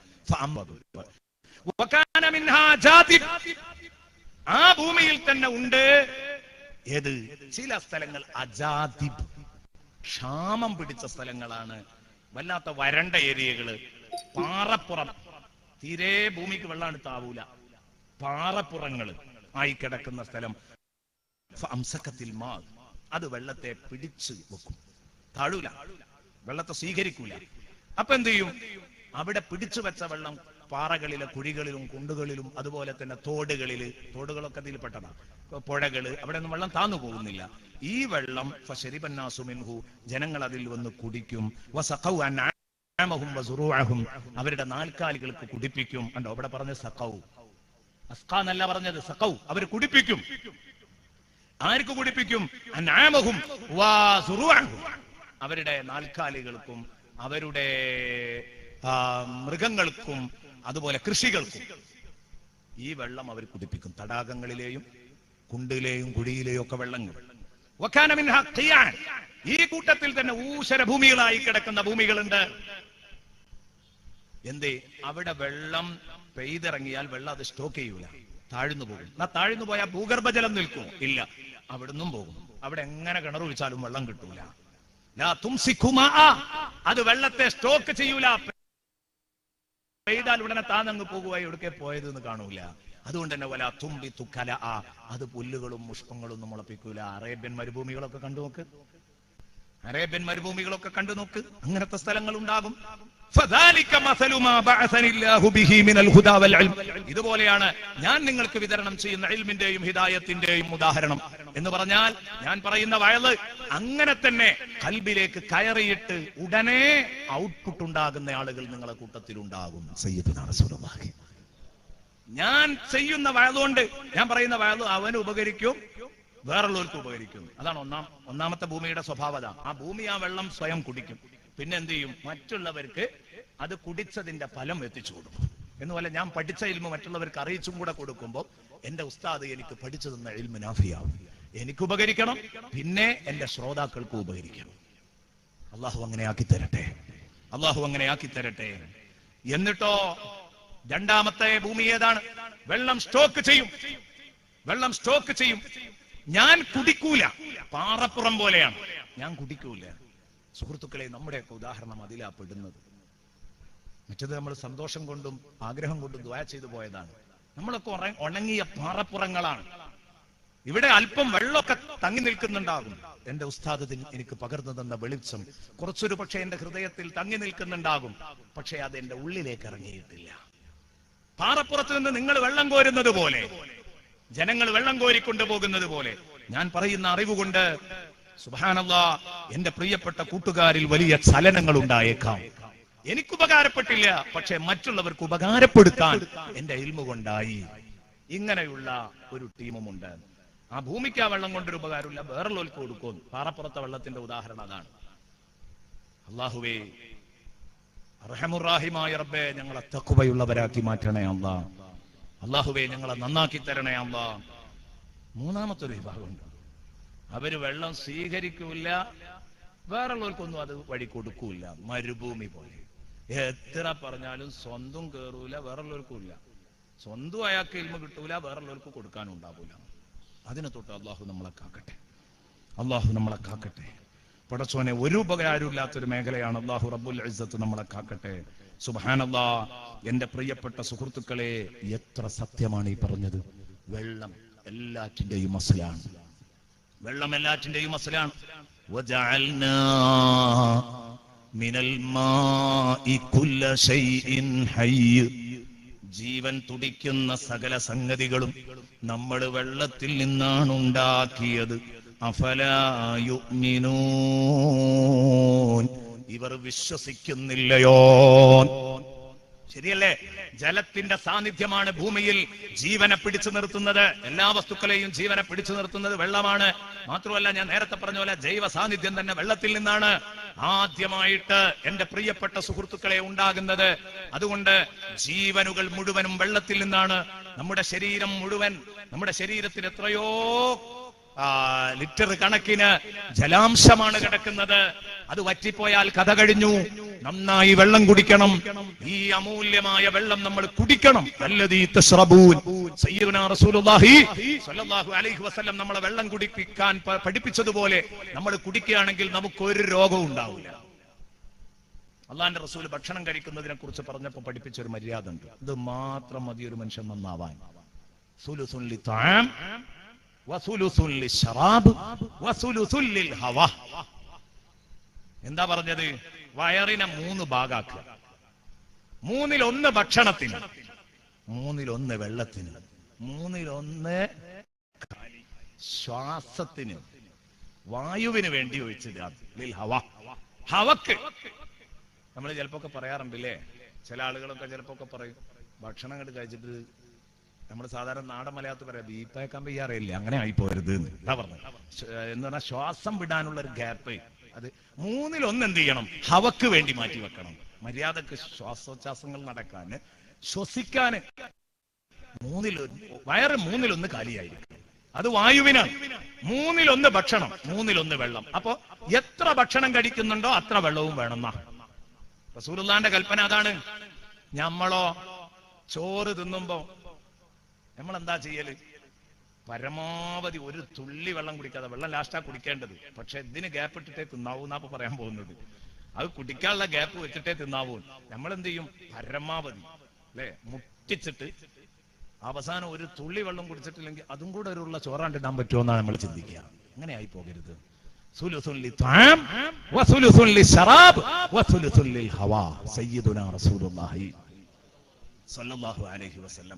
നന്നായി വെള്ളം കുടിച്ചാൽ കിഡ്നി സംബന്ധമായ അസുഖങ്ങൾ വരൂല. വെള്ളം കുടിക്കാത്തതാണ് ഇതിന് കാരണം. എല്ലാ രോഗങ്ങളുടെയും മൂല കാരണം വെള്ളം കുടിയുടെ കുറവാണ്. ശാസ്ത്രം നമ്മെ പഠിപ്പിക്കുന്നു. ഡോക്ടേഴ്സ് എപ്പോഴും ഉപദേശിക്കുന്നു. ഞാൻ കുറെ മുമ്പ് ഒരു ഡോക്ടറെ സമീപിച്ചപ്പോൾ അദ്ദേഹം എന്നോട് വെള്ളം കുടിക്കാറുണ്ടോ എന്ന് ചോദിച്ചുണ്ട്. കുറെ മുമ്പാണ്, വർഷങ്ങൾക്ക് മുമ്പാണ്. എത്ര കുടിക്കുന്നു? അത്യാവശ്യമൊക്കെ കുടിക്കാറുണ്ട്. അപ്പൊ എന്നോട് ചോദിച്ചു, ഒരു 2, 3, 4, 5 ഗ്ലാസ് വെള്ളമൊക്കെ ഒരു ദിവസം കുടിക്കുമോ എന്നാണ് ഇയാൾ ചോദിക്കുന്നത്. അപ്പൊ ഞാൻ പറഞ്ഞു അതൊക്കെ ഉണ്ടാവുന്നതാണ്. അപ്പൊ പറഞ്ഞു അതാണ് ഞാൻ അങ്ങനെ ചോദിക്കാൻ കാരണം. അതൊന്നും പോരാ, ലിറ്റർ കണക്കിന് വെള്ളം കുടിച്ചോളണം. എന്നിട്ട് അദ്ദേഹം പറഞ്ഞു, രാവിലെ വെറും വയറ്റിൽ നല്ല വെള്ളം കുടിക്കണം, നല്ലതാണ്. അതുപോലെ തന്നെ വെള്ളം എപ്പോഴും കുടിക്കാം. നന്നായി വെള്ളം കുടിച്ചാൽ ശരീരത്തിന് ഒരു അസുഖവും ഉണ്ടാവില്ല. പ്രിയപ്പെട്ട സഹോദരങ്ങളെ, സംഗതി ശരിയാണ്. അല്ലാഹു റബ്ബുൽ ഇസ്സത്ത് നമുക്കൊക്കെ ആരോഗ്യം പ്രദാനം ചെയ്യട്ടെ. ആ വെള്ളം കുടിക്കുന്ന സമയത്ത് നല്ല നിയ്യത്തോടെ ആ വെള്ളം കുടിച്ചാൽ, ബിസ്മി ചൊല്ലി അൽഹംദുലില്ലാഹ് ഒക്കെ പറഞ്ഞിട്ട് വെള്ളം കുടിച്ചാൽ, രാവിലെയൊക്കെ നടക്കാൻ ഇറങ്ങുന്നവരൊക്കെ വെള്ളം കുടിച്ചിട്ട് നടക്കണം. അപ്പോഴാണ് ശരിക്കും വിയർക്കുക. നന്നായിട്ട് വെള്ളം, അത് പറ്റുമെങ്കിൽ കിണറ്റിലെ വെള്ളം കോരി കുടിച്ചാൽ, അലോപ്പതി ഡോക്ടർമാരാരെങ്കിലും ഉണ്ടെങ്കിൽ കുറച്ച് സമയത്തേക്കൊന്ന് ക്ഷമിക്കണം. ഞാൻ കുറ്റപ്പെടുത്തുകയല്ല. നല്ല ശുദ്ധമായ വെള്ളം കിട്ടുമെങ്കിൽ തണുത്ത വെള്ളം കുടിക്കുന്നതിന് കുഴപ്പമൊന്നുമില്ല. ശുദ്ധമായ വെള്ളമല്ല എന്ന് ഉറപ്പുണ്ടെങ്കിൽ അത് ചൂടാക്കി കുടിക്കുന്നതിനും കുഴപ്പമില്ല. ഇനി അലോപ്പതി ഡോക്ടർമാർക്കും പ്രകൃതി ഡോക്ടർമാർക്കും ഒക്കെ 2, 3 വർഷങ്ങൾ ഇതിലൊക്കെ പറയാനുണ്ടാവും. പക്ഷെ നമ്മളെ സംബന്ധിച്ചിടത്തോളം ചൂടാക്കി വെള്ളം കുടിക്കണം എന്ന് തന്നെ നിർബന്ധം പിടിക്കേണ്ട കാര്യമൊന്നുമില്ല. പക്ഷെ വെള്ളം അഴുക്കായി തീരുമ്പത് വേണ്ടി വരും. ഞാനത് പറയുന്നത് വിശുദ്ധ ഖുർആനിൽ അത്തരം ചില സൂചനകളൊക്കെ നമുക്ക് കാണാൻ കഴിയും. അതിന്റെ അടിസ്ഥാനത്തിലാണ് പറയുന്നത്. നല്ല വെള്ളം കഴിക്കാം, നീ തണുപ്പിച്ചതോ ചൂടാക്കിയതോ ഏതാവട്ടെ, വെള്ളം കുടിക്കട്ടെ. വെള്ളം കുടിച്ചാൽ ഏകദേശം വൃക്കയുടെ അസുഖം അതില്ലാതെയാകും. അല്ലാഹു തആല നമുക്ക് തൗഫീഖ് നൽകട്ടെ. അതിലൊരു ബിസ്മിയും ഹംദും ഒക്കെ ഉണ്ടായാൽ അതൊന്നും കൂടെ ഫലിക്കും. വെള്ളം എന്ന് പറഞ്ഞതൊരു വലിയ അനുഗ്രഹമാണ്. അതുകൊണ്ടാണല്ലോ ആ വെള്ളം കൊണ്ട് വുളൂ ചെയ്യുമ്പോൾ നിങ്ങൾ ബിസ്മി ചൊല്ലി തുടങ്ങണം എന്ന് ഇസ്ലാം പറയാൻ കാരണം, ഞാൻ അത്ഭുതപ്പെട്ടു പോയി. ഫത്ഹുൽ മുഈനിൽ നമ്മൾ എപ്പോഴും കുട്ടികൾക്ക് ഓതിക്കൊടുക്കുന്നതാ. പക്ഷേ ഞാൻ ഈ വിഷയം അവതരിപ്പിക്കാൻ വേണ്ടി നോക്കിയപ്പോഴാണ് ഫത്ഹുൽ മുഈനിലെ ഈ വാക്ക് കണ്ടപ്പോൾ അങ്ങോട്ട് ശ്രദ്ധ പോയത്. എത്രയോ വട്ടം ഫത്ഹുൽ മുഈൻ ഓതിക്കൊടുത്തതാ കുട്ടികൾക്ക്. ദർസിലെ കുട്ടികൾക്ക് ഓതിക്കൊടുക്കുമ്പോഴൊന്നും ഇത്ര ശ്രദ്ധിച്ചിട്ടില്ല. നോക്കൂ, നിങ്ങൾ പറയുന്നത് വുദൂഇന്റെ തുടക്കത്തിൽ ബിസ്മി ചൊല്ലണം എന്ന് പറയുന്നിടത്ത് ഫത്ഹുൽ മുഈനിൽ കാണാം. ഞാൻ ആ ഇബാറത്തൊന്ന് വായിക്കാം. വയുസന്നു ലിൽ മുതവല്ലിഇ, വുദൂ ചെയ്യുന്നവന് സുന്നത്താണ്, വലൗ ബിമാഇൻ മഗ്സൂബിൻ, കവർച്ച ചെയ്ത വെള്ളം കൊണ്ടാണ്, ഒരാളടുത്തുനിന്ന് തട്ടിപ്പറിച്ച വെള്ളം കൊണ്ടാണ്, തട്ടിപ്പറിച്ചെടുത്ത വെള്ളം കൊണ്ടാണ് വുദൂ ചെയ്യുന്നതെങ്കിൽ അവന് പോലും സുന്നത്താണ് എന്ത്? ബിസ്മി ചൊല്ലല്. ബിസ്മി ചൊല്ലണം. തസ്മിയത്ത് സുന്നത്താണ്, ബിസ്മി ചൊല്ലണം. തുടക്കത്തിൽ ബിസ്മി ചൊല്ലേണ്ടതുണ്ട്.